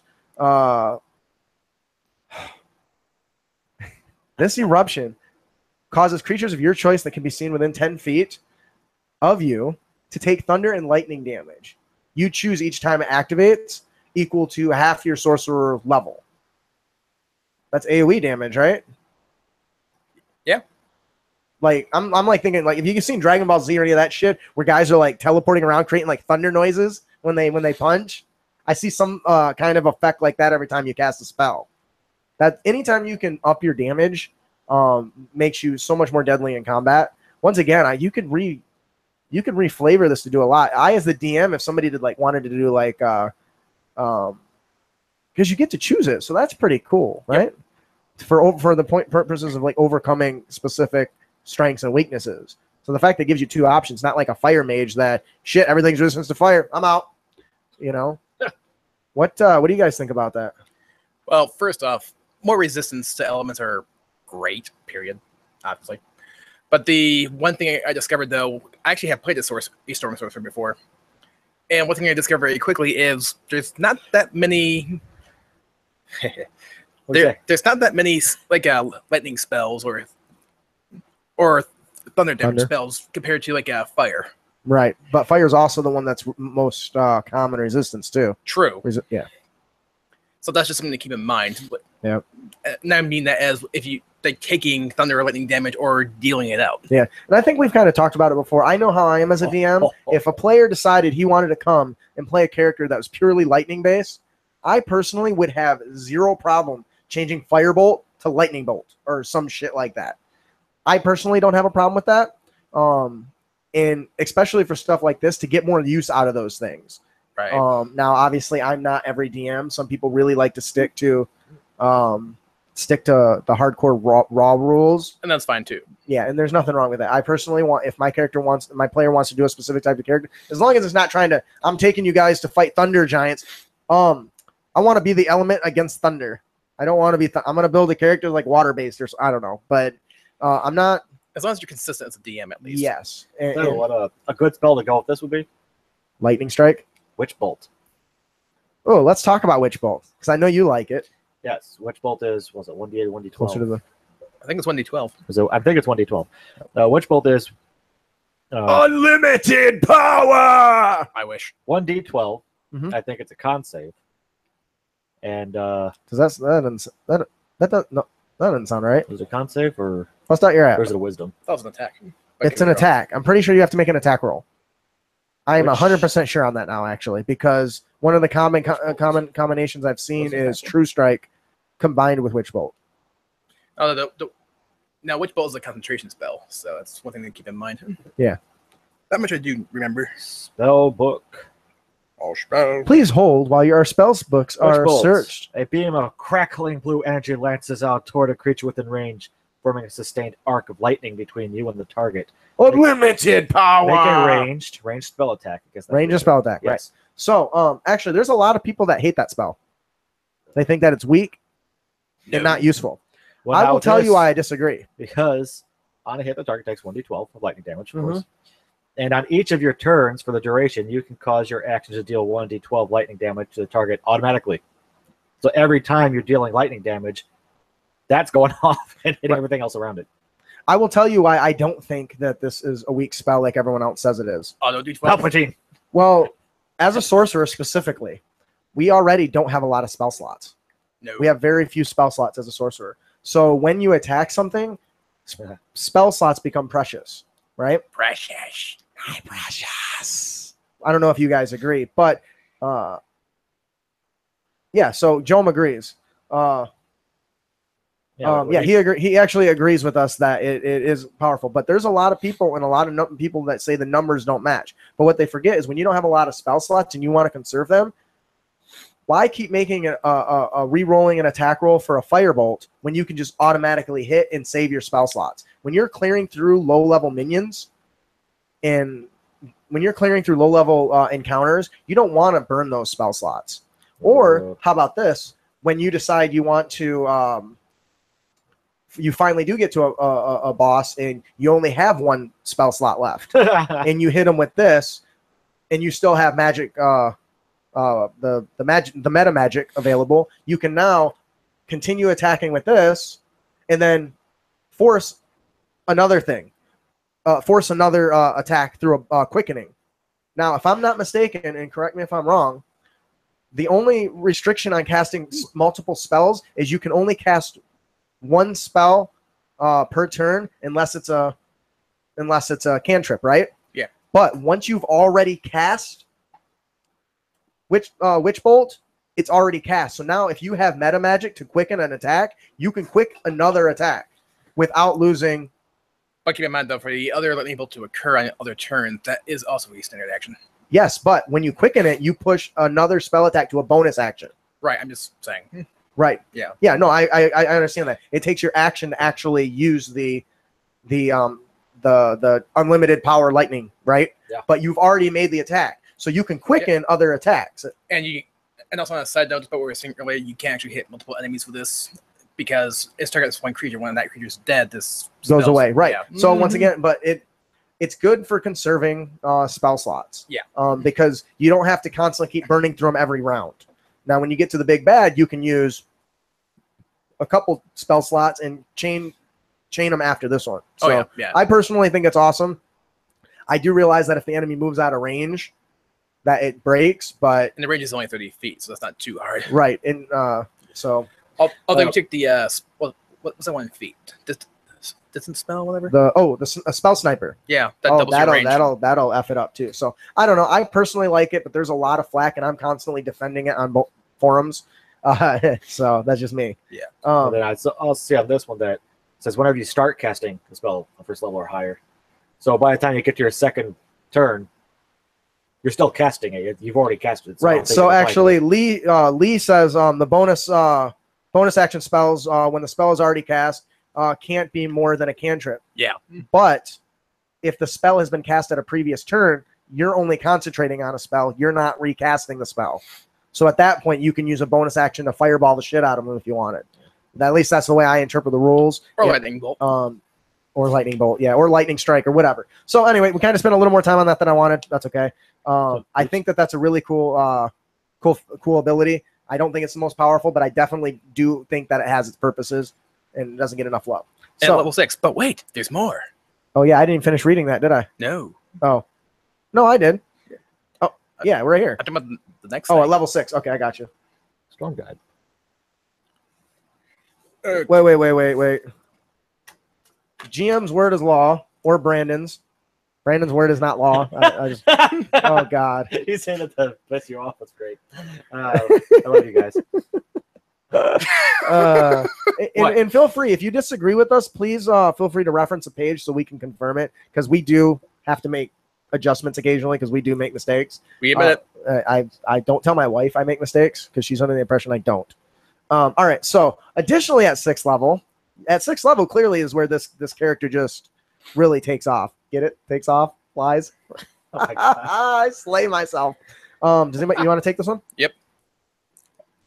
Also, at 6th level, you gain the Storm Guide. You gain the ability to subtly control the weather around you, like Storm from X-Men. If it's raining, you can use an action to cause the rain to stop falling in a 20-foot radius sphere centered on you. You can use a bonus action to end this effect. Also, if it is windy, you can use a bonus action each round to choose the direction the wind blows in the 100-foot radius sphere centered on you. Excellent for sailing. The wind blows in the direction until the end of your next turn. This does not, however, alter the speed of the wind. That's Storm from X-Men. Anybody? Howdy. Right? Yeah. That's what that is, right? Now, I have not personally played very far as a Storm Sorcerer, but I had a character who went into towns with windmills and just cast wind while he was in town so that it would spin the windmills. Nice. Stupid shit like that. I think this is really cool, just because not only can you stop it from raining, if you're like me and you like to put a lot of effects, have the weather affect your players. Rain, if you're in rain a lot and it's cold out, it can cause con saves. It can cause loss of hit point or hit dice. And that's kind of how, if you've listened to our show, of course you have. You're all paying to watch me, so that I love to punish the players for being out in the elements for a long time. So having something like this in my game specifically would be a huge deal, especially as the temperature drops and they're freezing their balls off or freezing their asses off.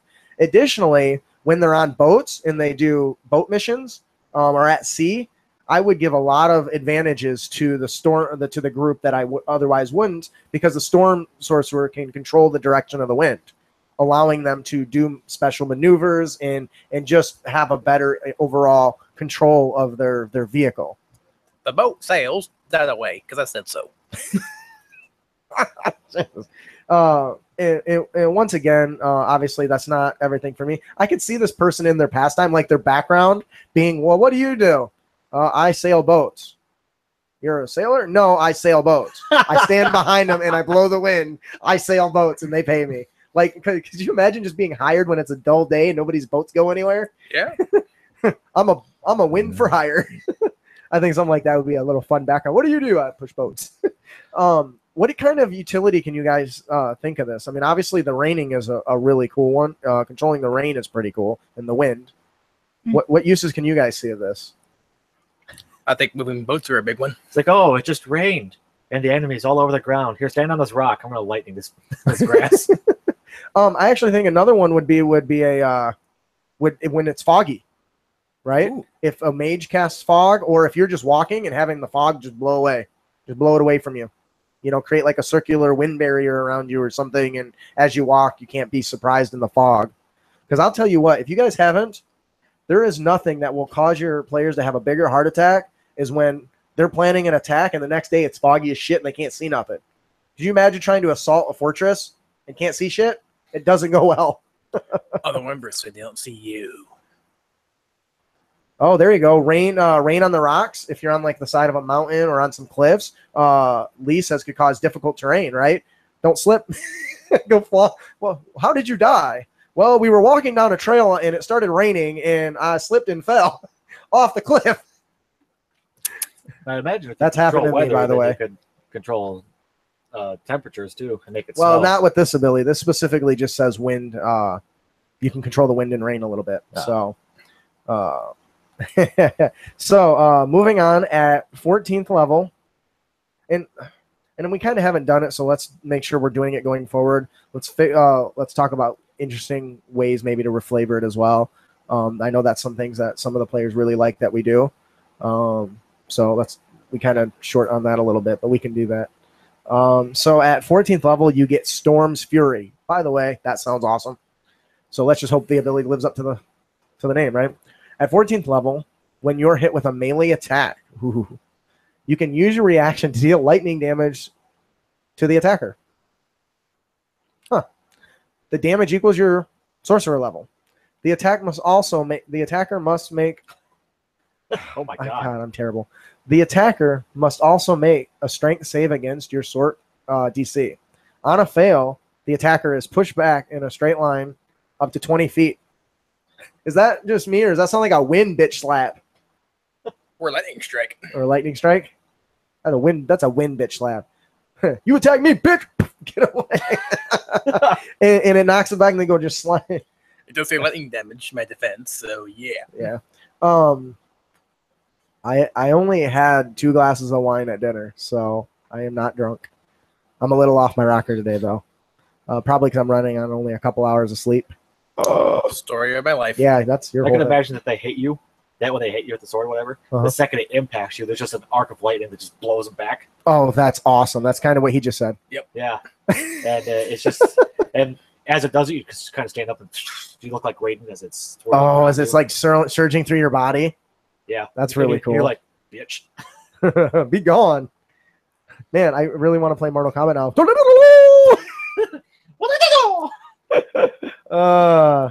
Kneel before me, peasant. Yeah, I know. So to me, this is. I also could see this being like Dragon Ball Z. You know, when they go Super Saiyan 2 and the lightning is just kind of zapping around them all the time. How cool would that be just to walk around and having that happen all the time? And And that's that's just- it yet. That's his favorite show, What? DBZ. You mention it every episode. You would actually be wrong. Dragon Ball Z is not my favorite. Nope. It's my first anime I've ever watched. My favorite actually is probably Death Note. Not the movie that just came out. The actual show. I actually like the movie. Anyways, I really envision like the arcing of the lightning bouncing around you all the time, or if you know, because this whole spiel is lightning and thunder based, but nothing says it has to be that, right? You can change it to focus more on wind. This says lightning, but your DM probably would easily let you change it to thunder. You know, where when somebody hits you, a shockwave rumbles through your body or something. Or you can just reflavor it to be that a snap of lightning cracks and sends a shockwave pushing you away. They hit you, it sounds like a bell. Bam, boom. Dinner time. Very cool. Can you guys think of any ways you would reflavor this? Any other ways? An actual lightning strike came from the sky. Oh, instead of it coming away from you, it comes from somewhere else. There. Oh, that's cool. I like that. Just like right from the sky. Oh, I could see if you kind of combine this with like an old guy with a stick. Mhm. And he's just walking with his cane and somebody attacks him. He blocks it with his staff, the attack with his staff, or tries to, and then sends out a shockwave. I think that'd be cool. All right, so Thanks, Zeus. I think if you flavored it with fire, it'd look cool too. pray be to Zeus. What? So I think if you reflavored it with fire too, it'd look cool too. Yeah, it would. Once again, now we got to be careful. There's a difference between like reflavoring, like just mechanically or not mechanically versus actually changing the Because damage. that's different damage. Yeah, because changing big damage is usually a big thing. I'm usually all for it. If somebody said I want to play the Storm Sorcerer, but I want it to be based around fire, so I could be freaking the Fire Lord Ozai or whatever he is from Avatar. Then play the Dragon Sorcerer. I don't know. But these abilities, taking these abilities and changing them entirely, I think would be okay. Which I think we're going to do a whole episode on, because one of my players on my Friday game reflavored a class that I didn't even know what class it was until halfway in the game, and it was one of the best reflavors I had ever seen. Yep. Troy's character was that Yeah. awesome. We'll tell you all about it someday. Then my character last night. Huh? My character last night. Was You remember the Tiefling Necromancer from my mod? Yeah. That got killed at the end. You got to move closer to your mic. That got killed at the end. That was my character Oh, that's cool. because he was raised Mhm. by another necro, and now he's undead, but he's also a necromancer, Oh, that and he's crazy. sounds interesting and distracting. Yeah. So I can't die. Why can't I stay dead? I don't know what Pain. level this ability is, but I'm gonna assume it's 18 since I missed it. It says right? it says 1th, so Yeah, it might it's be. not- It I might think be it's 11th. 18th. No, it's 11th. 18th. 11th comes before 13th. 14, so it's definitely not that. But yeah, I see that. I just derped up. So Let's be 18th. sure. Let's be sure. Oh, I 18th just like to sounds say, about Joan was talking about Warforged. Hey, why don't you go talk to Gabe over at Interparty Conflict? He loves Warforged. I like Warforged. No, he doesn't allow him in his games. He thinks it's the stupidest thing. Quick, go. Confirm. It's 18th level. It has to be 18th level. It's the last one. God, whose thing was that? Next page. That Nope, 18th. Oh, it is right there. Okay, 18th. Yes. So at 18th level, you get Wind Soul. You gain immunity to lightning and thunder damage. Bum, bum, bum. All right, let's go fucking fight some cloud giants, people. Bring it. Um, Do your worst, Zeus. You can also gain a magical flying speed of 60 feet. As an action, you can choose to reduce your flying. As an action, you can choose to reduce. God damn it! As an action, you can choose to reduce your flying speed to 30 feet for 1 hour, and choose a number of creatures within 30 feet of you, equal to 3 plus your charisma modifier. The chosen creatures gain the magical flying speed of 30 feet for 1 hour. Once you reduce your flying speed in this way, you cannot do so again until you finish a rest, short or long rest. Wendy, I can fly. Here's a little bit of pixie dust. Think happy thoughts. You're going to make it. It's going to be fine. Think happy thoughts. Jump out the window. You'll be fine. I promise. No, this is one of my... That's useful. This is one of my favorite abilities for the sorcerer, because not only can I fly, I can give it to everyone. And I just envision, once again, when I was envision having like waves of super fast moving wind around my character, and then like little wind tornadoes around like my arms and my legs, and me shooting, flying like rockets. But instead of flame, it's just like wind whisters or whatever. I think that would be really cool.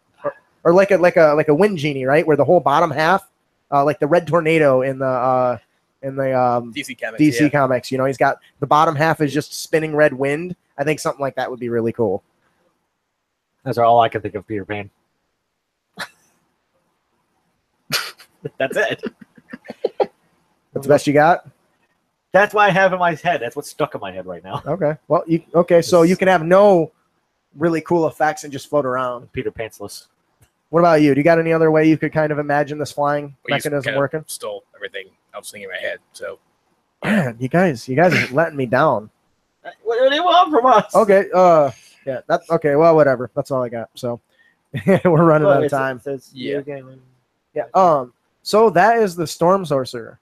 I honestly, what do you got? It's all right. No, because it says you get immunity from lightning and thunder damage. Yeah, we talked about that. Ooh, we should probably emphasize that a little bit. Magical flying. Yes, we're gonna emphasize. It just says magical flying. So I think if you reflavor this to the point where when you're moving, and you see, and there's someone in the ground who's looking up in the sky, and they just see an arc of lightning, that was you. Oh, that's cool. So you travel almost like a lightning bolt. Oh, that's cool.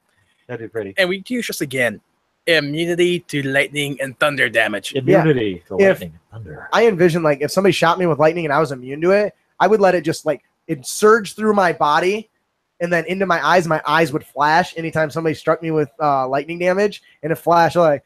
Thanks for the snack. What's that? I wonder if a DM would let you redirect it. No, like you catch it and you just throw it back at him. You know what I would do? If you plan that out ahead of time and you had a lightning spell, I might let you boost the damage a little bit, because that's a badass idea. Hey, what do I know about this guy? Well, this creature, let's say it's a lightning elemental.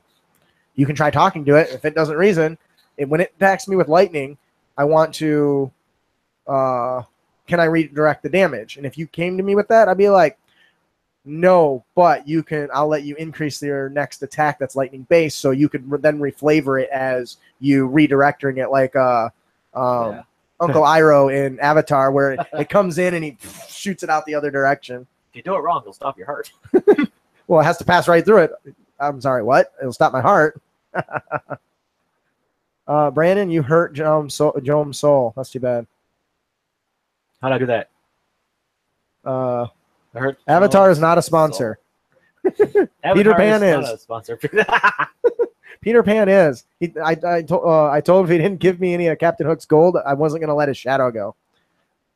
So that's it for our show today, or for our main topic today. Oh, we're done? Okay. No, we're not done. Sit your ass down. That is it for our main topic today. Do you guys have any questions for us? Anything we didn't touch on? Anything we missed? Something you'd like us to discuss before we move on? About the Storm Sorcerer curse. Yeah, specifically about the Storm Sorcerer. What? Joe, I did get that message on our Crit Academy Facebook. Oh, I'm not even following that right now. Like, you sent that like recently? Yes. The Audible, the Get 2 free or whatever, is Get 2 on us when you start. So I think I have to start a free trial in order to get it. Yeah, there you go. So if that's right, then you might actually be able to sign up with us and get 3. So, hey, do that. Nice. I good. I know I distract you. Well, if it makes you feel better, this is what it's always like. Yeah. This is why my editing takes 6-7 hours. But that's why we have so much fun doing this. Yes, it's a lot of work to edit out, but I do enjoy what we do in the recordings. And yeah, I might have had a little bit to drink tonight. I don't generally drink. You don't drink. I do something. Well, so when I'm with Alicia's grandpa, he's a big connoisseur of wine, and he always recommends something, so I always take some. But generally, I don't drink, so I'm sorry if I'm a little loopy tonight. All right. So since we don't seem to have any questions from the 2 listeners that we have, well, there might be a delay too. Yeah. Well, we're glad that Joan. We're glad that you appreciate it. A lot of work goes into this, especially in just writing all the show notes and making sure there's creative ideas every time. Sometimes I run out of ideas. That's not a good week for me. I can't think of something. All right, so moving on. Who wants to do the? I think I'm going to do it in my elf Mid-Eastern elf voice. Mid-Eastern elf, or my Middle Eastern my friend.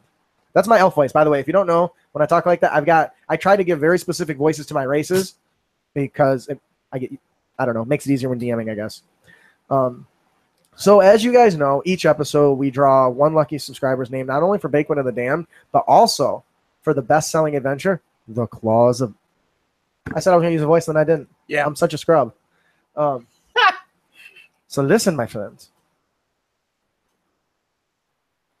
Even Lee commented on that. piss break. Yeah. What is it? Lee says he's at work and he appreciates you, and I think he was pointing out the fact that I chose to ignore it. He appreciates you both. Hurry up, go to the bathroom. We'll do this next segment without you. Don't piss on my Rosa. Is it raining? Yeah. I can hear it through my headset. Wow, that's crazy. I think it did crack my window, actually. Oh, go at it. Well, I'm going to go through this without them. Go, continue. Yep. All right. We love you too. Thank you so much. So while they're doing that, I'm going to go ahead and go through this because it apparently is pouring the fuck out bad. I can hear it. I didn't even notice it. All right. I do not want to play Rocket League with you right now, Buggy. Bugger off. Each episode, wrong accent. Each episode, we'll draw another lucky subscriber's name, and they will win the best-selling adventure, The Claws of Madness. Compliments of Goblinstone. Lawsmith is a small indie team of creative artists who remember exploring the realms together with friends, finding incredible places, and meeting colorful characters along the way. They set out to deliver an experience that sparks those lasting impressions that push them to create their first standalone adventure, The Claws of Madness. This best-selling adventure is one you don't want to miss. Yeah, it's pretty rough right now. I cannot believe how loud that is. That's okay. I can fix it. I forgot my line. Where's my line? There it is. I lost it, you fellas. There it is. This week's winner of the best-selling adventure, The Claws of Madness, is Wizard Cadius. Maybe. Fuck, man. Holy shit. Can you guys hear that? Hey, guys. You broke my shit, dude. What'd I do? I don't know. You came in and my groove music won't play. I did want to put the iron name that is raining and running outside. We saw lightning. He's like, hey.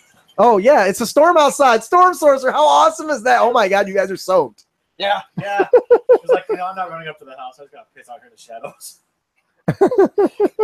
And then lightning came, we could see each other. Yeah. If you guys don't know, my house is about 100 feet away from the pole barn, and this room is a building I built inside the pole barn. So it's good for getting sound. But as soon as that door opens, it's echoey. Plus, it's got a metal ceiling. So some shit broke while you guys were gone. And the worst part is there it goes. We're sitting out there, right? The lightning goes off at mid piss. I'm like, oh God, don't strike me while I'm pissing.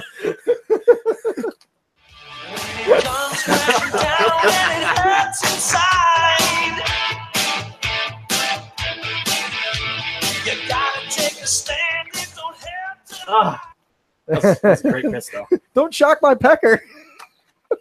I need this. My balls! Congratulations to Wizard Cadius. The glistening skin. Lol.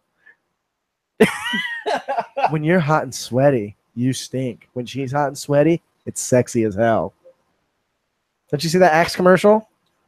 When she's just- hot, No. you're not. You just gave the duck face. You're like, Oh, you love it. Okay, so moving on to everyone's favorite segment, our unearthed tips and tricks. yay! On our tips and tricks. Yeah. Oh my. I really need to come up with some sort of like intro that No. leads into that. No, I am not doing this. What? Why not? I am not. Really? The character Oh, concept? Are You saw kidding you me? saw the name. I'm gonna kick Troy's ass. He didn't come up with the name. I did. Okay, so Oh, okay. Well, that's pretty cool, Troy. You did a good job, but what the hell, man? so this week's character I'm not concept. saying anything. Oh, I don't have the thing plugged in to play the song. This is all you. I'm not touching the character at all. Well, finally, you get your hands off of something. This week's character concept is Whip and Nene from listener Troy Zeisler. You, I don't even know if I can get through this. Why? You were born the child of a low-level court functionary, but you had plans to do better than your parents. With sweet words in the right ears, quick fingers, and a strong duelist stance, you bribed, talked, and fought, and blackmailed your way to the top of the food chain. A rising star in a king's court. God damn it, dude, I can see you.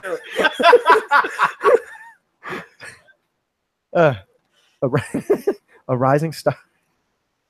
God damn it, dude. A rising star in the king's court. You quickly made powerful friends and plenty of money.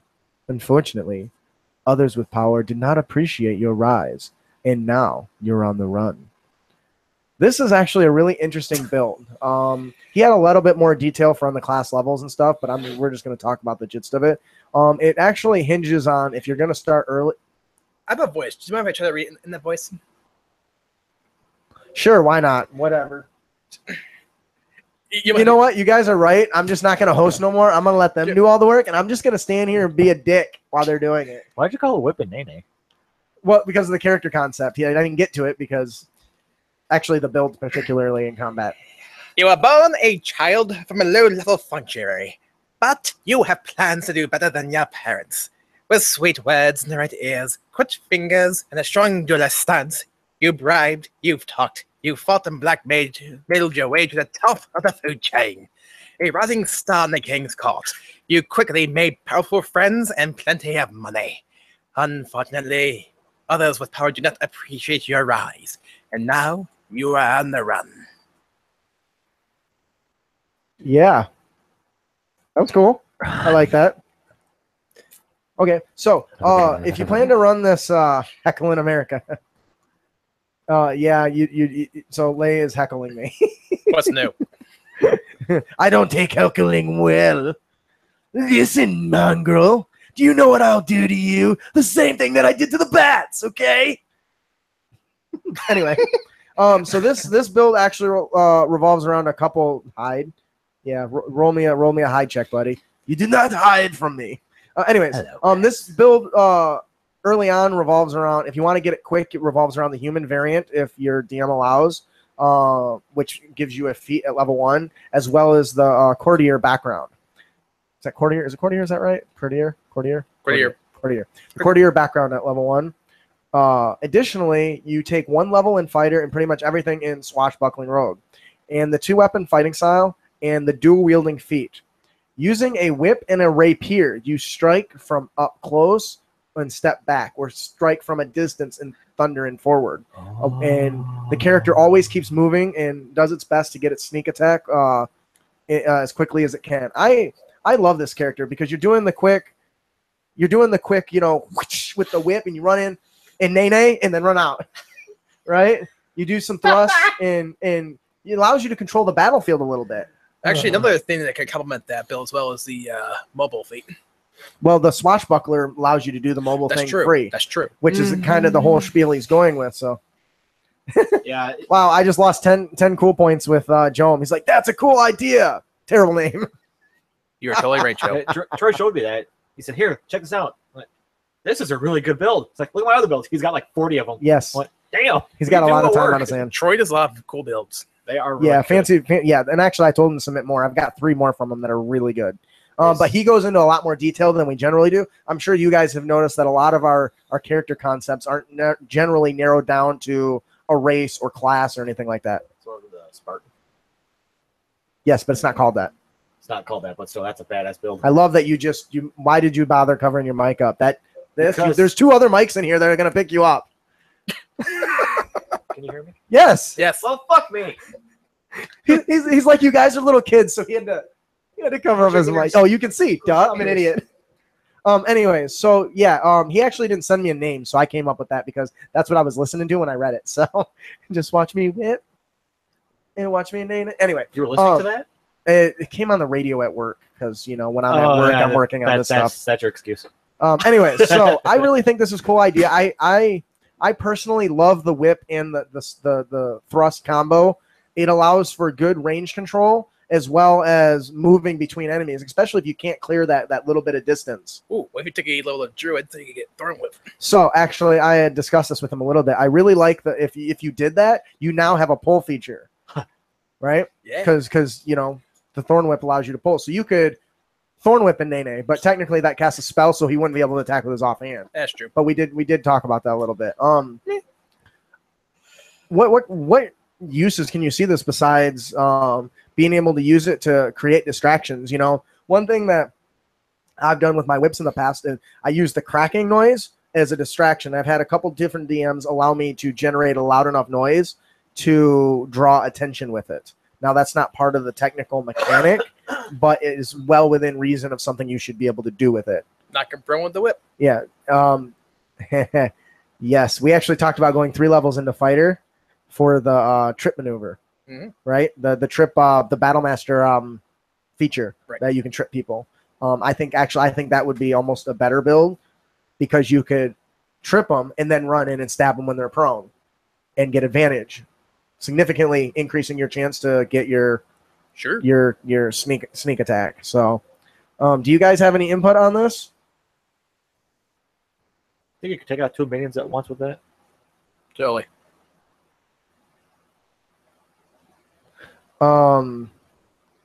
Does he share these? Well, no, he sent them to me. I'll make sure that they're available if you want them. I'll even tack them on to, since he writes out full character concepts. Like they're not even character concepts; it's an entire character. Because he gets bored at work apparently. Packaging engineers apparently don't do a lot. They're all by the book too. He doesn't use homebrew or anything like that. Yeah.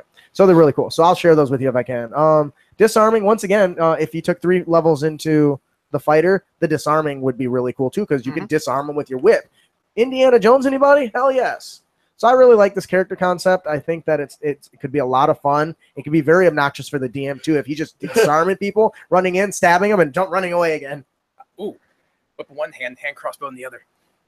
Oh, that's cool. Crack them and blast them. Yeah. That's interesting. All right, that's it for our character concept, the whip and Nene. Oh, by the way, Joan, if you've got a better name, I would love to hear it. Okay. Our next... Shut up. Stop coming up with better names than me. Our next... what is this? Our next Unearthed Tips and Trick is our monster variant. And this comes in an email from a listener, Engine Soul. I really like this idea. I trimmed it down a little bit because there was a lot to it, mostly because he had all the stat blocks of the original monster in it. And I don't usually do that, but that's okay.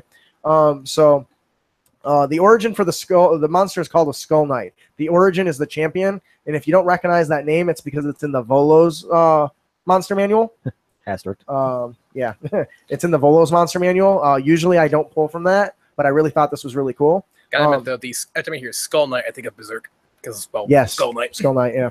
The Skull Knight is a knight in full armor. It carries the symbol of its summoner on its chest. It's summoner. Yep. That's cool. It keeps its visor down to hide its appearance. The flesh has rotted away, exposing most or all of its bones. In its previous life, it had a close personal relationship with the summoner, and was also a skilled fighter. It has been raised from the dead with the new strength and new purpose. Due to its previous life, it has its it and its summoner are linked. The Skull Knight has only one purpose: to protect its summoner. Its overall basic behavior depends on the nature of the previous relationship with the summoner. So, personally, as a DM, I love this idea because I love any time that I got to do a big tandem fight with multiple monsters. I don't like to get too big with monsters.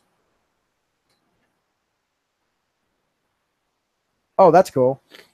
Yeah, I like that, Lee. That's really cool. I might even save that and I'll add it to the show for you. DM tips are one of the hardest things for me to come up with, by the way. Yep. Because I got a million of them, but then I got to remember if I already used them or not. Anyways, so I really like this because it allows me to give me two main villains, basically. The big mastermind. The big mastermind, I fucking hate your watch, dude. I really do.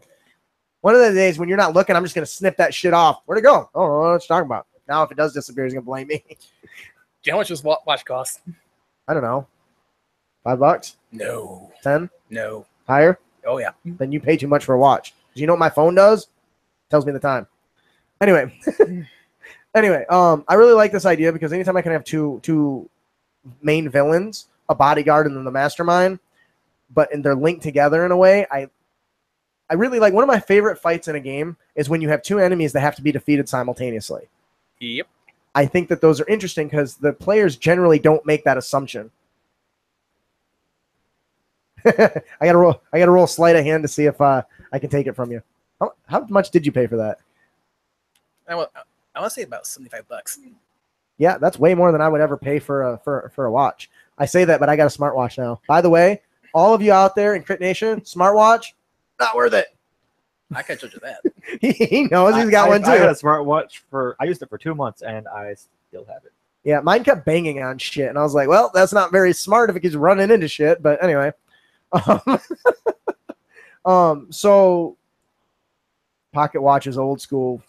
I did that for a while too. Those bang into stuff because my fat ass runs into shit and just bam, it's broken. Anyway, so now let's talk about some of the features that he gets. First of all, the champion, you have to give it all the undead and skeleton attributes. I'm not going to go through the list. Look at a skeleton, look at an undead, figure it out.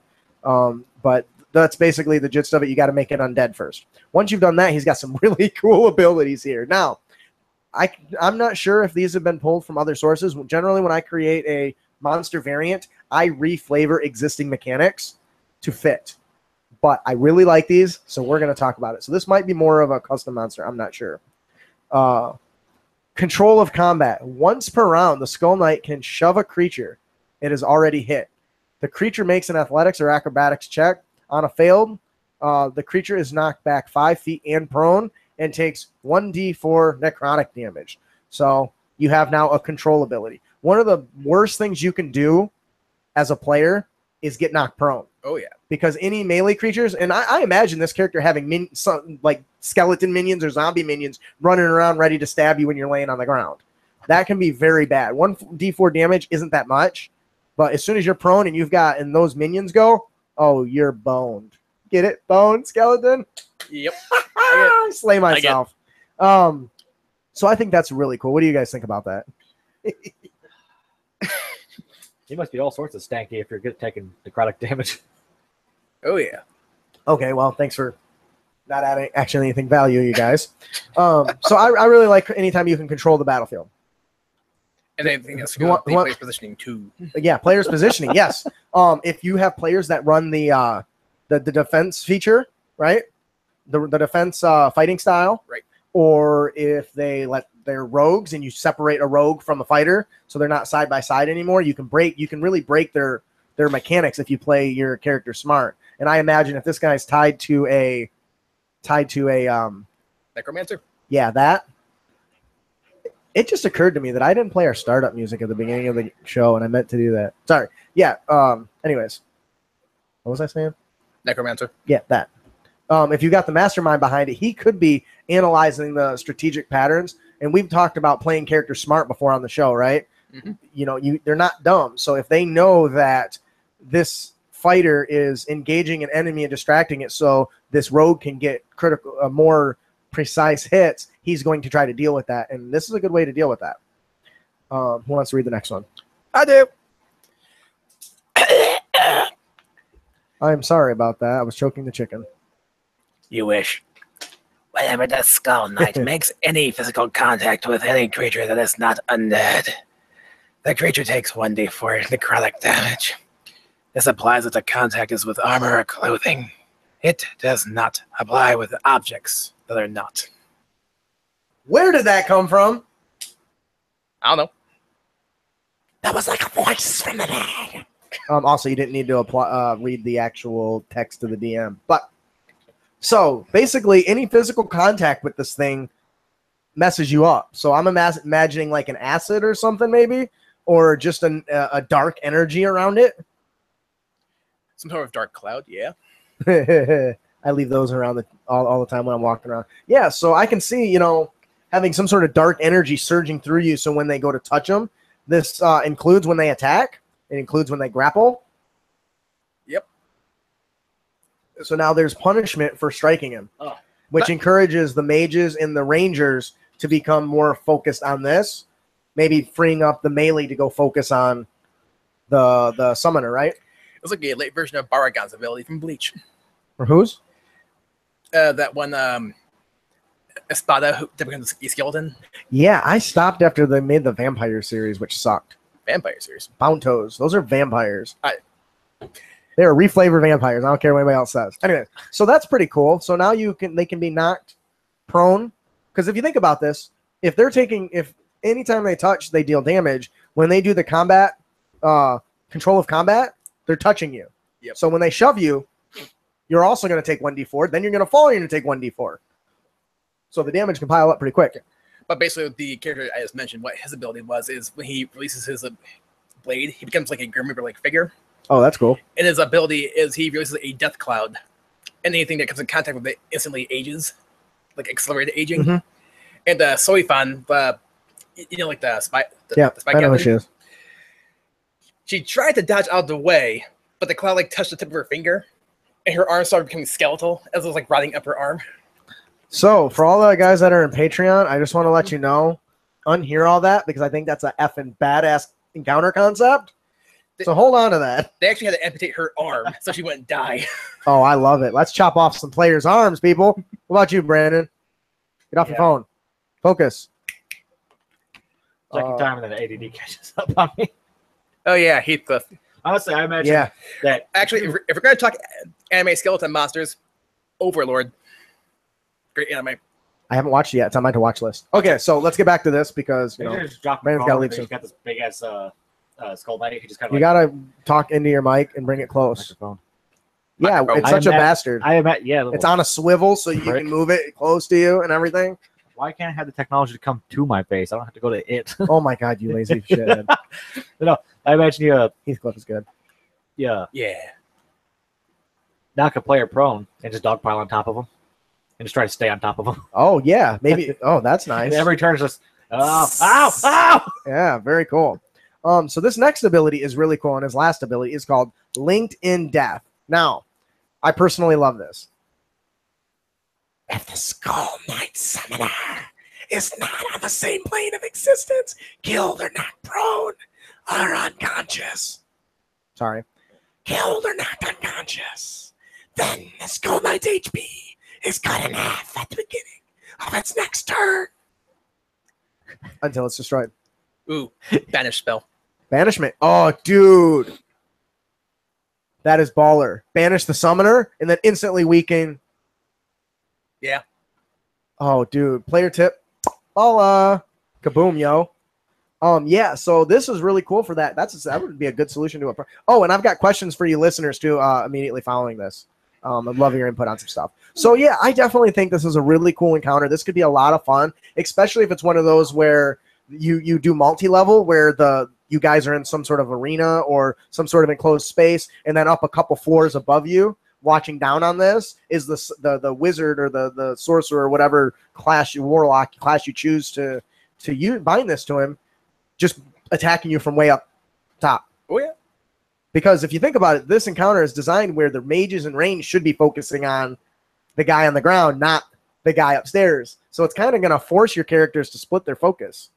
I definitely think this is a very cool character concept, and I would love to run this one. That would be neat. So thank you very much, Engine Soul, for your contribution. You just earned 5 cool points from your God Emperor. God King. God King, God Emperor. Which one did I say? God King. God Emperor's from Dune. From who? Dune. Oh, okay. Anyway, from God King Justin. So, it would be great.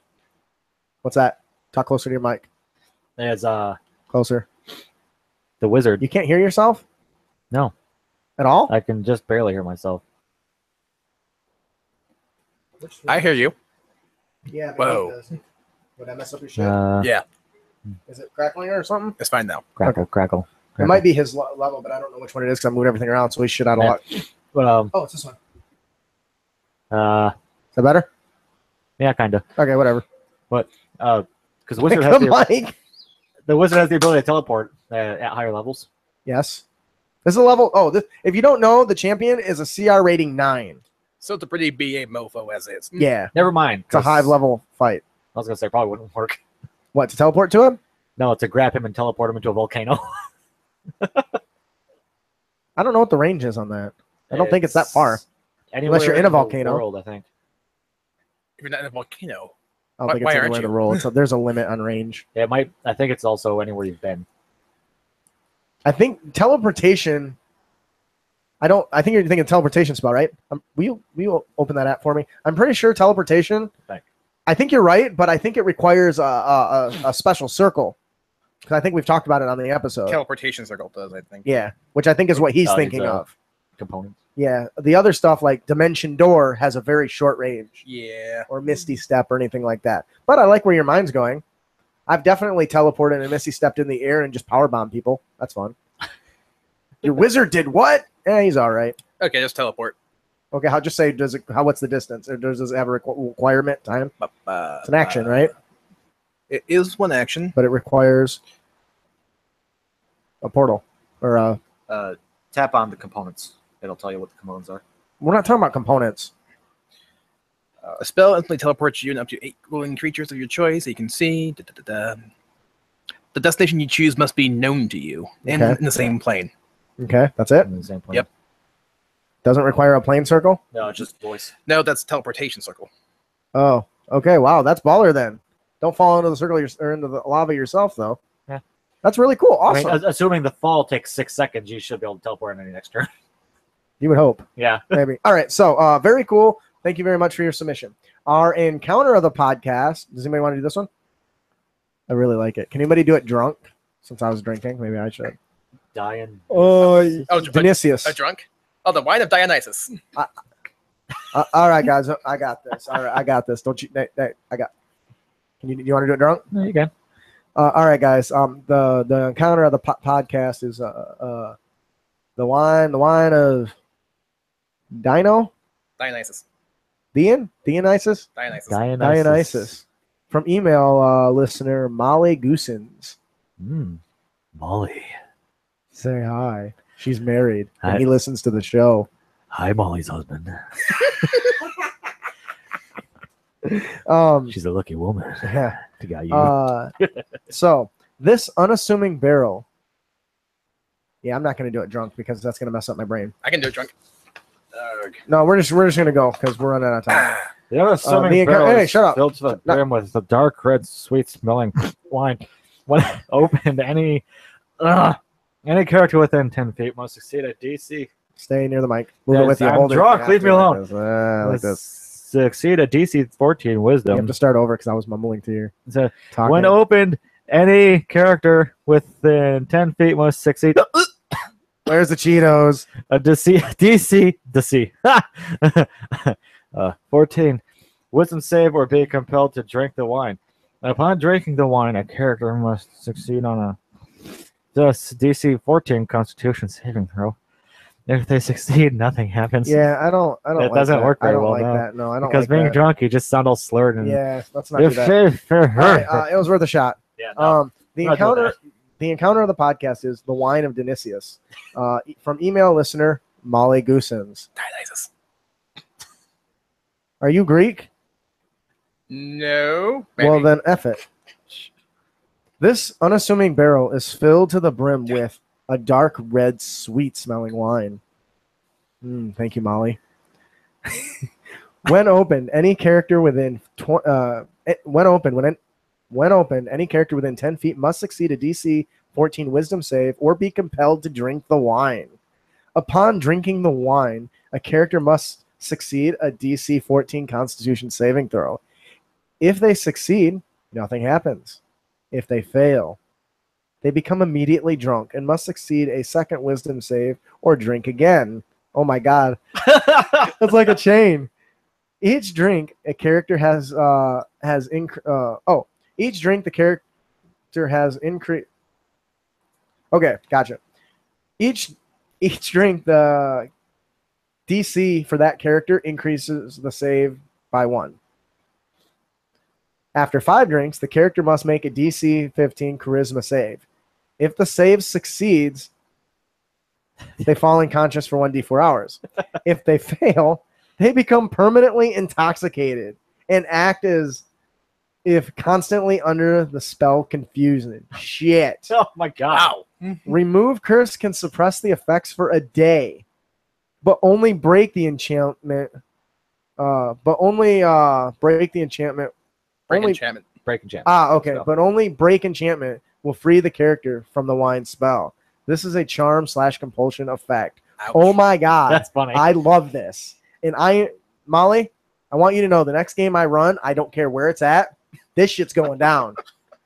This shit is hitting the floor. Something's wrong. I can't stop drinking. Oh god. Oh, Pierce, Lee, man, dude, I love you. He's just feeding DM tips for me, which is awesome because that's the one I struggle with the most because I'm running out of advice. That's not true. It usually just takes me a little more work than the rest. So thank you for that. Oh man, he's got a YouTube video. Jones got a YouTube video. We'll have to watch that later. So yes, I absolutely love. Oh, how to say it? Oh, okay. Let's see how Jones says we have to say it and see who's right. Is it Dionysius or would you say Dionysus? Dionysus? Let's see.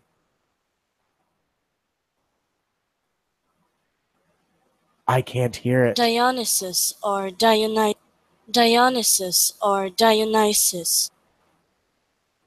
How do I know this motherfucker's right? Or Dionysus. You're just making excuses. This has only got 27,000 That's not what you said, though, is it? Yeah, it is. Well, you're fucking wrong, too. I don't believe this shit. You know, what was it called? I've been reading the Percy Jackson series forever, and that's how I've been saying it, so you ain't changing me. We'll call it the wine of Dion. Whatever. Will that work? No, whatever. I have a friend named Dion. Thanks, Jome. How with the gin? Whatever, shut up. Dickwad. So I absolutely love this encounter. I can't wait to use it. I can definitely see this being a really fun night for a one-shot, or I would definitely encourage this more in a one-shot because it has a permanent effect, and if you toss this into an adventure that's too low, they're never going to level up high enough to learn a spell to undo it or earn enough money to pay somebody to undo it. You know, with one-shots, because they're one-shots, there's obviously no ongoing consequences for the actions. So there's been some times where the players in some games capitalized on that. That's true. You're right. How badly could I screw things up? That's true. That's how his game went last night or yesterday. Yeah, I think this is really cool. I think it really. Welcome, my lord.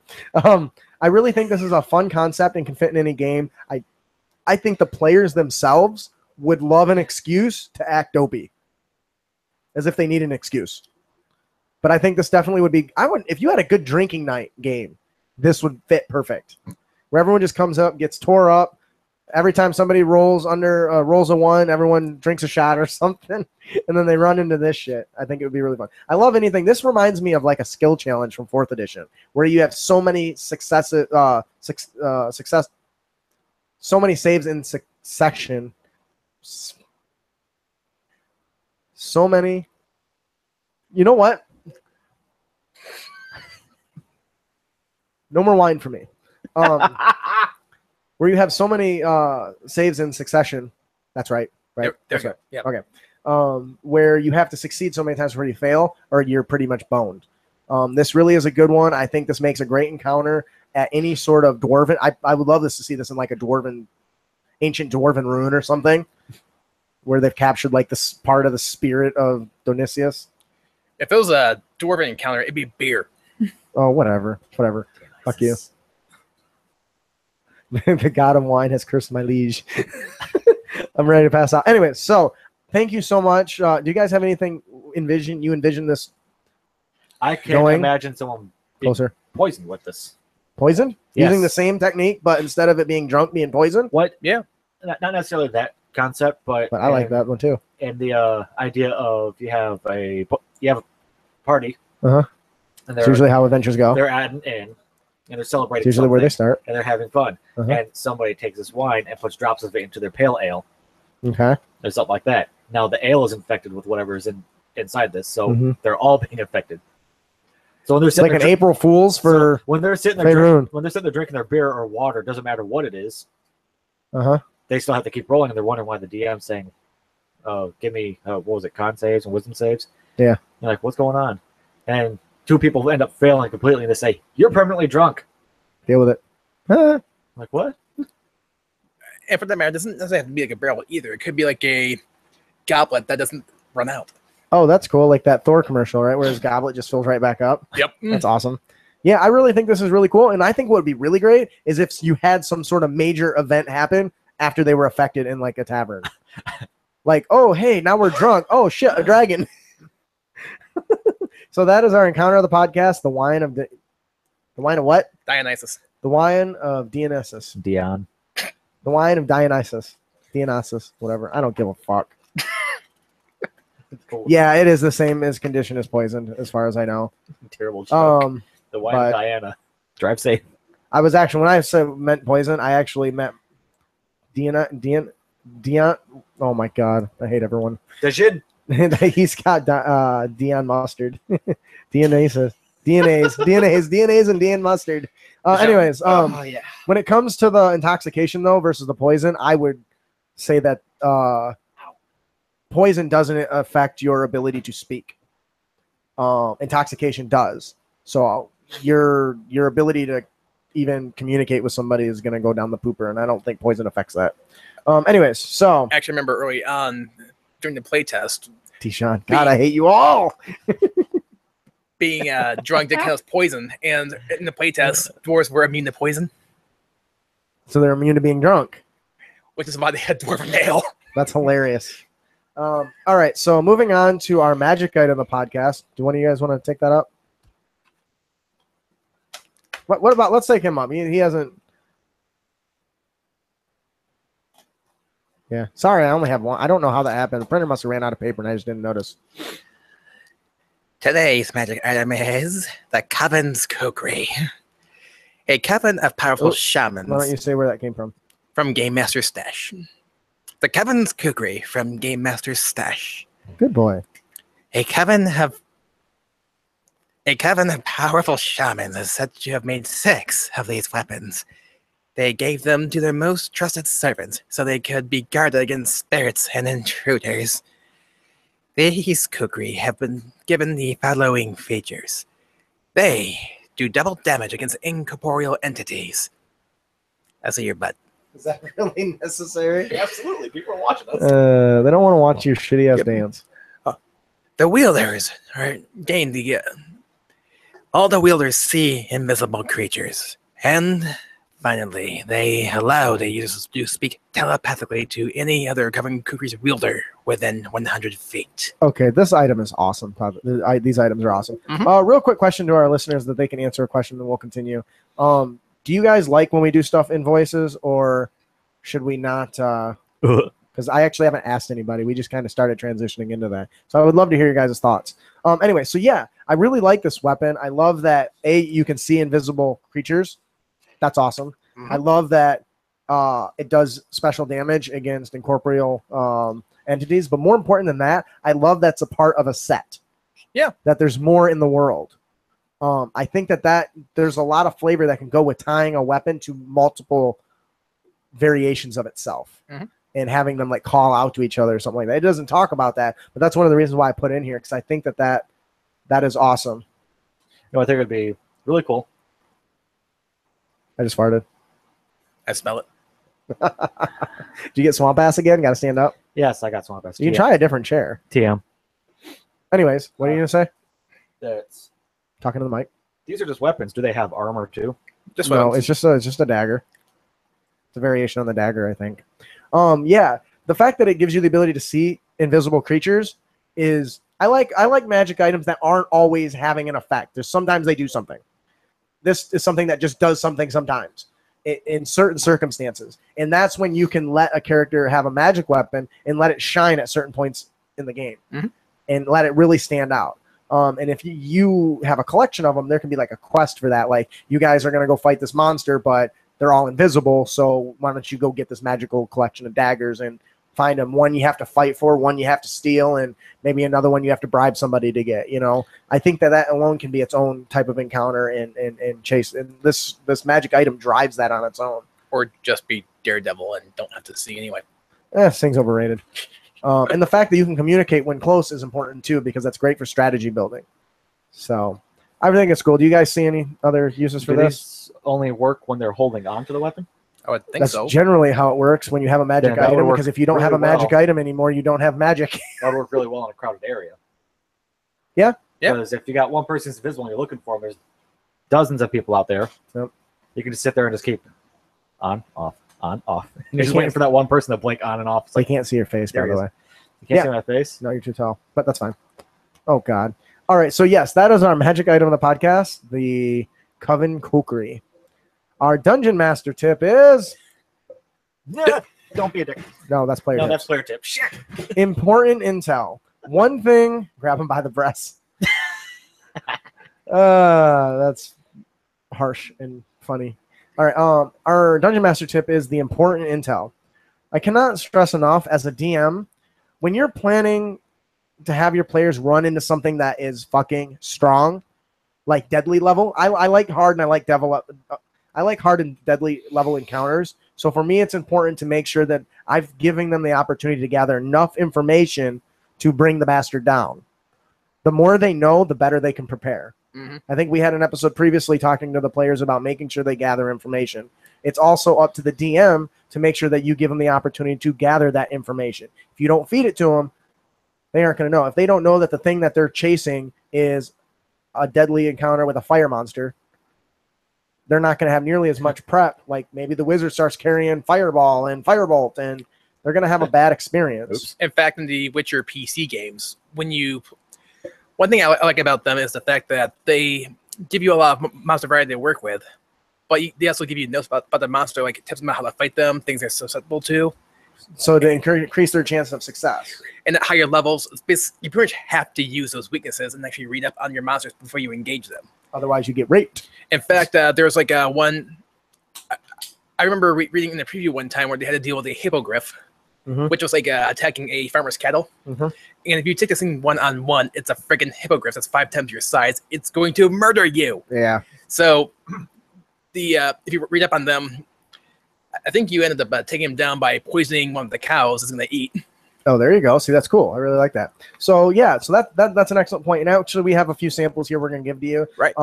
Obviously, we got the 3 bullet points are people, locations, and actions. For people, rumors. Yep.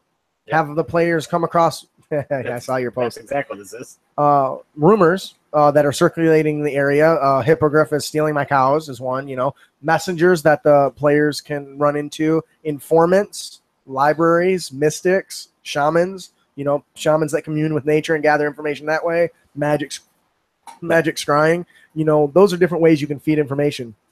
Special locations, local libraries, a wizard's tower, ancient ruins that this monster was known to inhabit. There might be some story behind that. For actions, having stealthy, infiltration missions, having allow them to eavesdrop on other conversations that are going on at banquets and stuff, or the old-fashioned intimidation. Tell me or I'm going to stab you. In fact, like the way my group plays Shadowrun, we probably spend about 2/3 of our game actually doing research ahead of time when we're given jobs. Yeah. And like we hack cameras, we get blueprints, we find as much information as we can about the personnel there, what they're armed with, and so on and so forth, and plan accordingly. Yeah. Now, you don't need this for every game, but when No. you do want to run those really hard and difficult encounters, this is a good way to really make sure that they know what they're going into, that they know that the Dragonborn they fight is a red dragon, that they know that its favorite weapon is a halberd, and that it's super proficient in it and might even have spent extra time, mastering it, i.e. has a feat, stuff like that, so they can prepare themselves. So that Maybe the entrance to the Wizard Tower leads into a pocket dimension that's a labyrinth. Oh, there you go. I love that. So that is our DM tip of the podcast.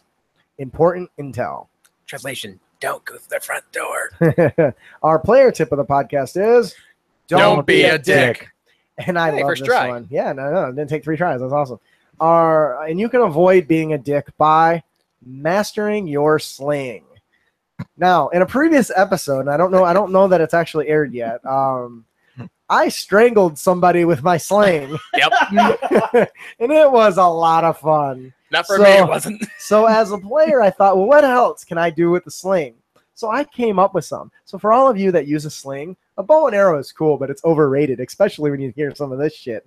Yeah, I read ahead, and these are pretty. So the first one is, what can we throw besides rocks?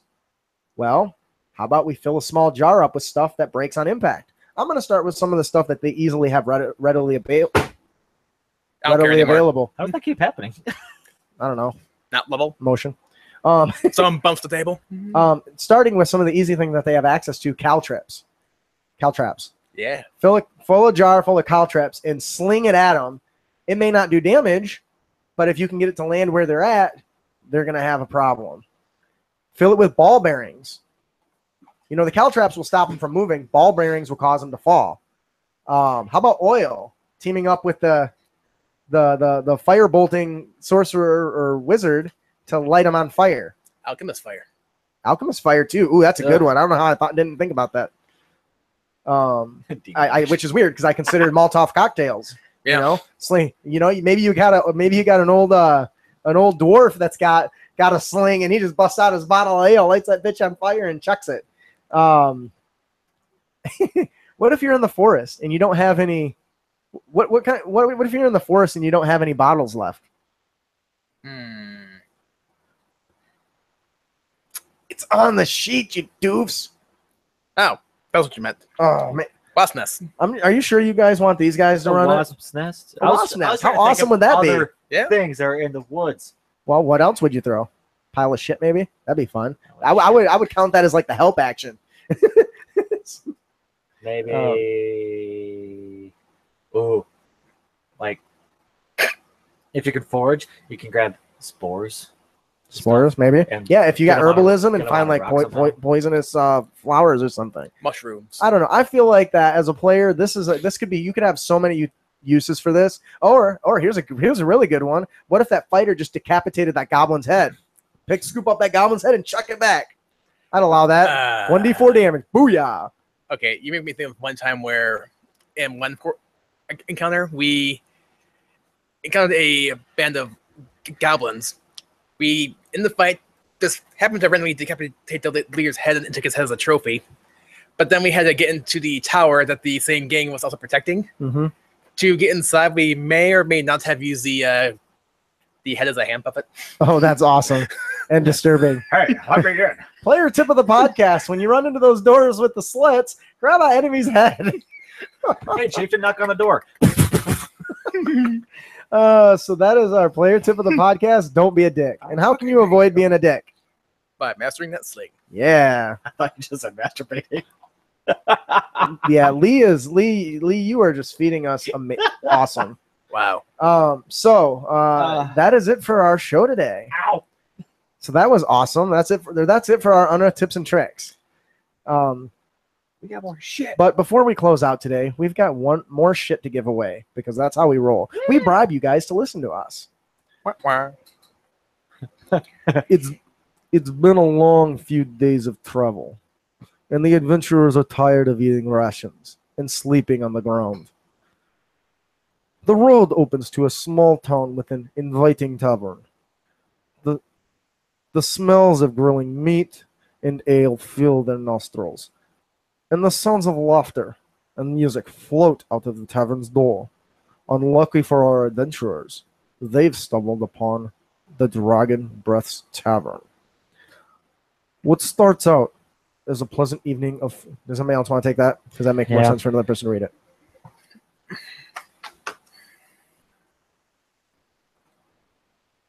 Typo.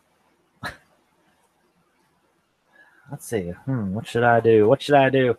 How about... Ooh. What starts out as a pleasant evening of food, drink, and entertainment soon evolves into an adventure that takes the party under the Dragon's Breath Tavern. The adventure includes roleplay, exploration, combat, and dice game called Demon Dice. Our winner. Who's our winner? This adventure is compliments of Jeff Stevens. I don't know if I said that. You did not. This week's winner. What, you want to do it in your little voice? Because you already did it. Okay, fine. This week's winner happens to be Rick Shop. Email us to collect your prize. Oh, God. When it comes crashing down and it hurts inside, you gotta take a stand. It don't have to hide. His name's Rick. Rhymes with Dick. Congratulations. Hey, Marty. Marty. Congratulations to Rick Sharp. Please email us to collect your prize. Because of the new system, I'm not going to befriend every single person that wins. Not that I don't want to be your friend. But there's a lot of you. There's a lot of you right now. And it takes a lot of work. It's not a small number. Yeah. It's going to be like, why would you invite me to play a game at? Because there's 2,000 of you. I'm getting to you. You just got to wait. I'm sorry. Yeah, both of you are quite keeping me busy. So please join us for our next episode where we'll hear feedback from you, our heroes. Additionally, we will be discussing the last class. Yeah, thunder in the Bronx right there. I'm gassy. I heard that through my headset. Through the beans. Please join us on our next episode where we hear feedback from you, our heroes. We will also discuss the Sword Coast Adventure Guide, the Warlock, the Otherworldly Patron, the Undying. Woohoo! If you have any feedback on our tips and tricks or topics you'd like us to discuss, please send them to us.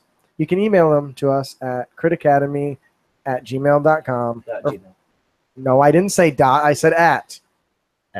Oh, it's an email address. There's a typo. Fuck off.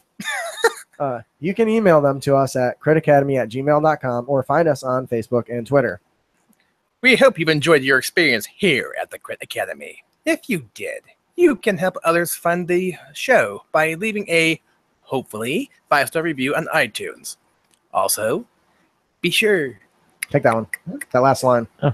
Be sure to give a like and a share of that. Go. Also, be sure to give us a like and a share. You want more? I got it. You got it. Make sure to head on. That's my favorite voice that you do. Make sure to subscribe to our show at critacademy.com so that we can help you on your future adventures, as well as have a chance to win cool prizes each and every week. Also, please head on over to our fellowship links and head on over and meet our fellowship members. They're wonderful people. The guys over at Interparty Conflict are absolutely amazing. Gabe, man, I love your voice. It's so good. They talk about some wonderful stuff. They answer your questions, actually. We don't, because we don't like you, but head on over to Interparty Conflict, and where they answer your questions. Check out Orican's Lair. He's got wonderful reviews. Also, check out Goblinstone and Low Smith. They make my genitals tickle. Wow. I am your host, Justin. I'm your co-host, Ian. I'm your co-host, Brandon. Thanks for listening. You made it in 3 seconds. Nice. Keep your blades sharp and spells prepared, heroes. Yeah, that's good. All right. Dude, this chair. Oh, no wonder. It's just straight metal. I could feel my ass bone going through my skin. Promo files. Hey, guys. Thanks for joining us today. We appreciate it. Patron pals now? No, we're not going to. Patreon Pals is supposed to be once a month. I'm probably going to do it more than that. But for just hanging out a little bit. But we have to still record the video. So, yep. Are you going to have time to do that for like 10 minutes? Can you? Yeah. You have to work, don't you? I do. I do. What time is it? Let me see. It's not to be 8. Ah! It'll only take like 5 minutes, 10 minutes. Episode 45. Yes. Okay. Yeah, guys. Thank you for joining us. We did you guys enjoy yourself? Did you enjoy the show? Sorry, we screwed off so much. I'm not editing the video. That was a little more so than usual. It was. Yeah, it was worse. We glad you guys enjoyed it. There is one quick question I wanted to ask you real quick. Do you want to get? Is that ready? The video? Okay. Real quick question. I'm considering a new topic. We've got the class analysis. I would love to do something called monster tactics, where we talk about the best way to get the most out of your monsters from a DM standpoint, as well as the best way to overcome those monsters as a player. And I'd love to hear your thoughts. How should a skeleton react? Well, at least one likes the idea, so that's progress. I think it would be interesting going through it and starting maybe with the most commonly used monsters, and then talking how to get the most out of them, either adding our variants or not, or this monster has sling, toss them in a place full of beehives and have them chuck wasp nests or beehives out of them. They like it. Yeah, I agree. So, all right, that's hang on. Well, you can send it to us early. We're on a time crunch right now, so we will not be recording next week. I'm getting surgery on Friday. That's a good reason. So the next episode that releases is one that we've already recorded from a previous something.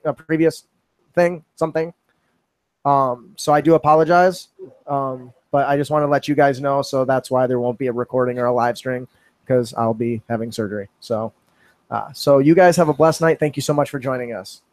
Keep your blades sharp and spells prepared, heroes. Keep your enemies close and your allies close and your enemies closer. Yes, that'll work. Yeah, I hope so. 7 days, they said. So you guys, see you later. Keep up the good work, and thank you so much for supporting us. Yes, thank you. Indeed. Okay, now how do I turn this off? By clicking stop. Oh, there it is. Stop broadcast. All right, see you later, fellas. Bye, guys. Bye.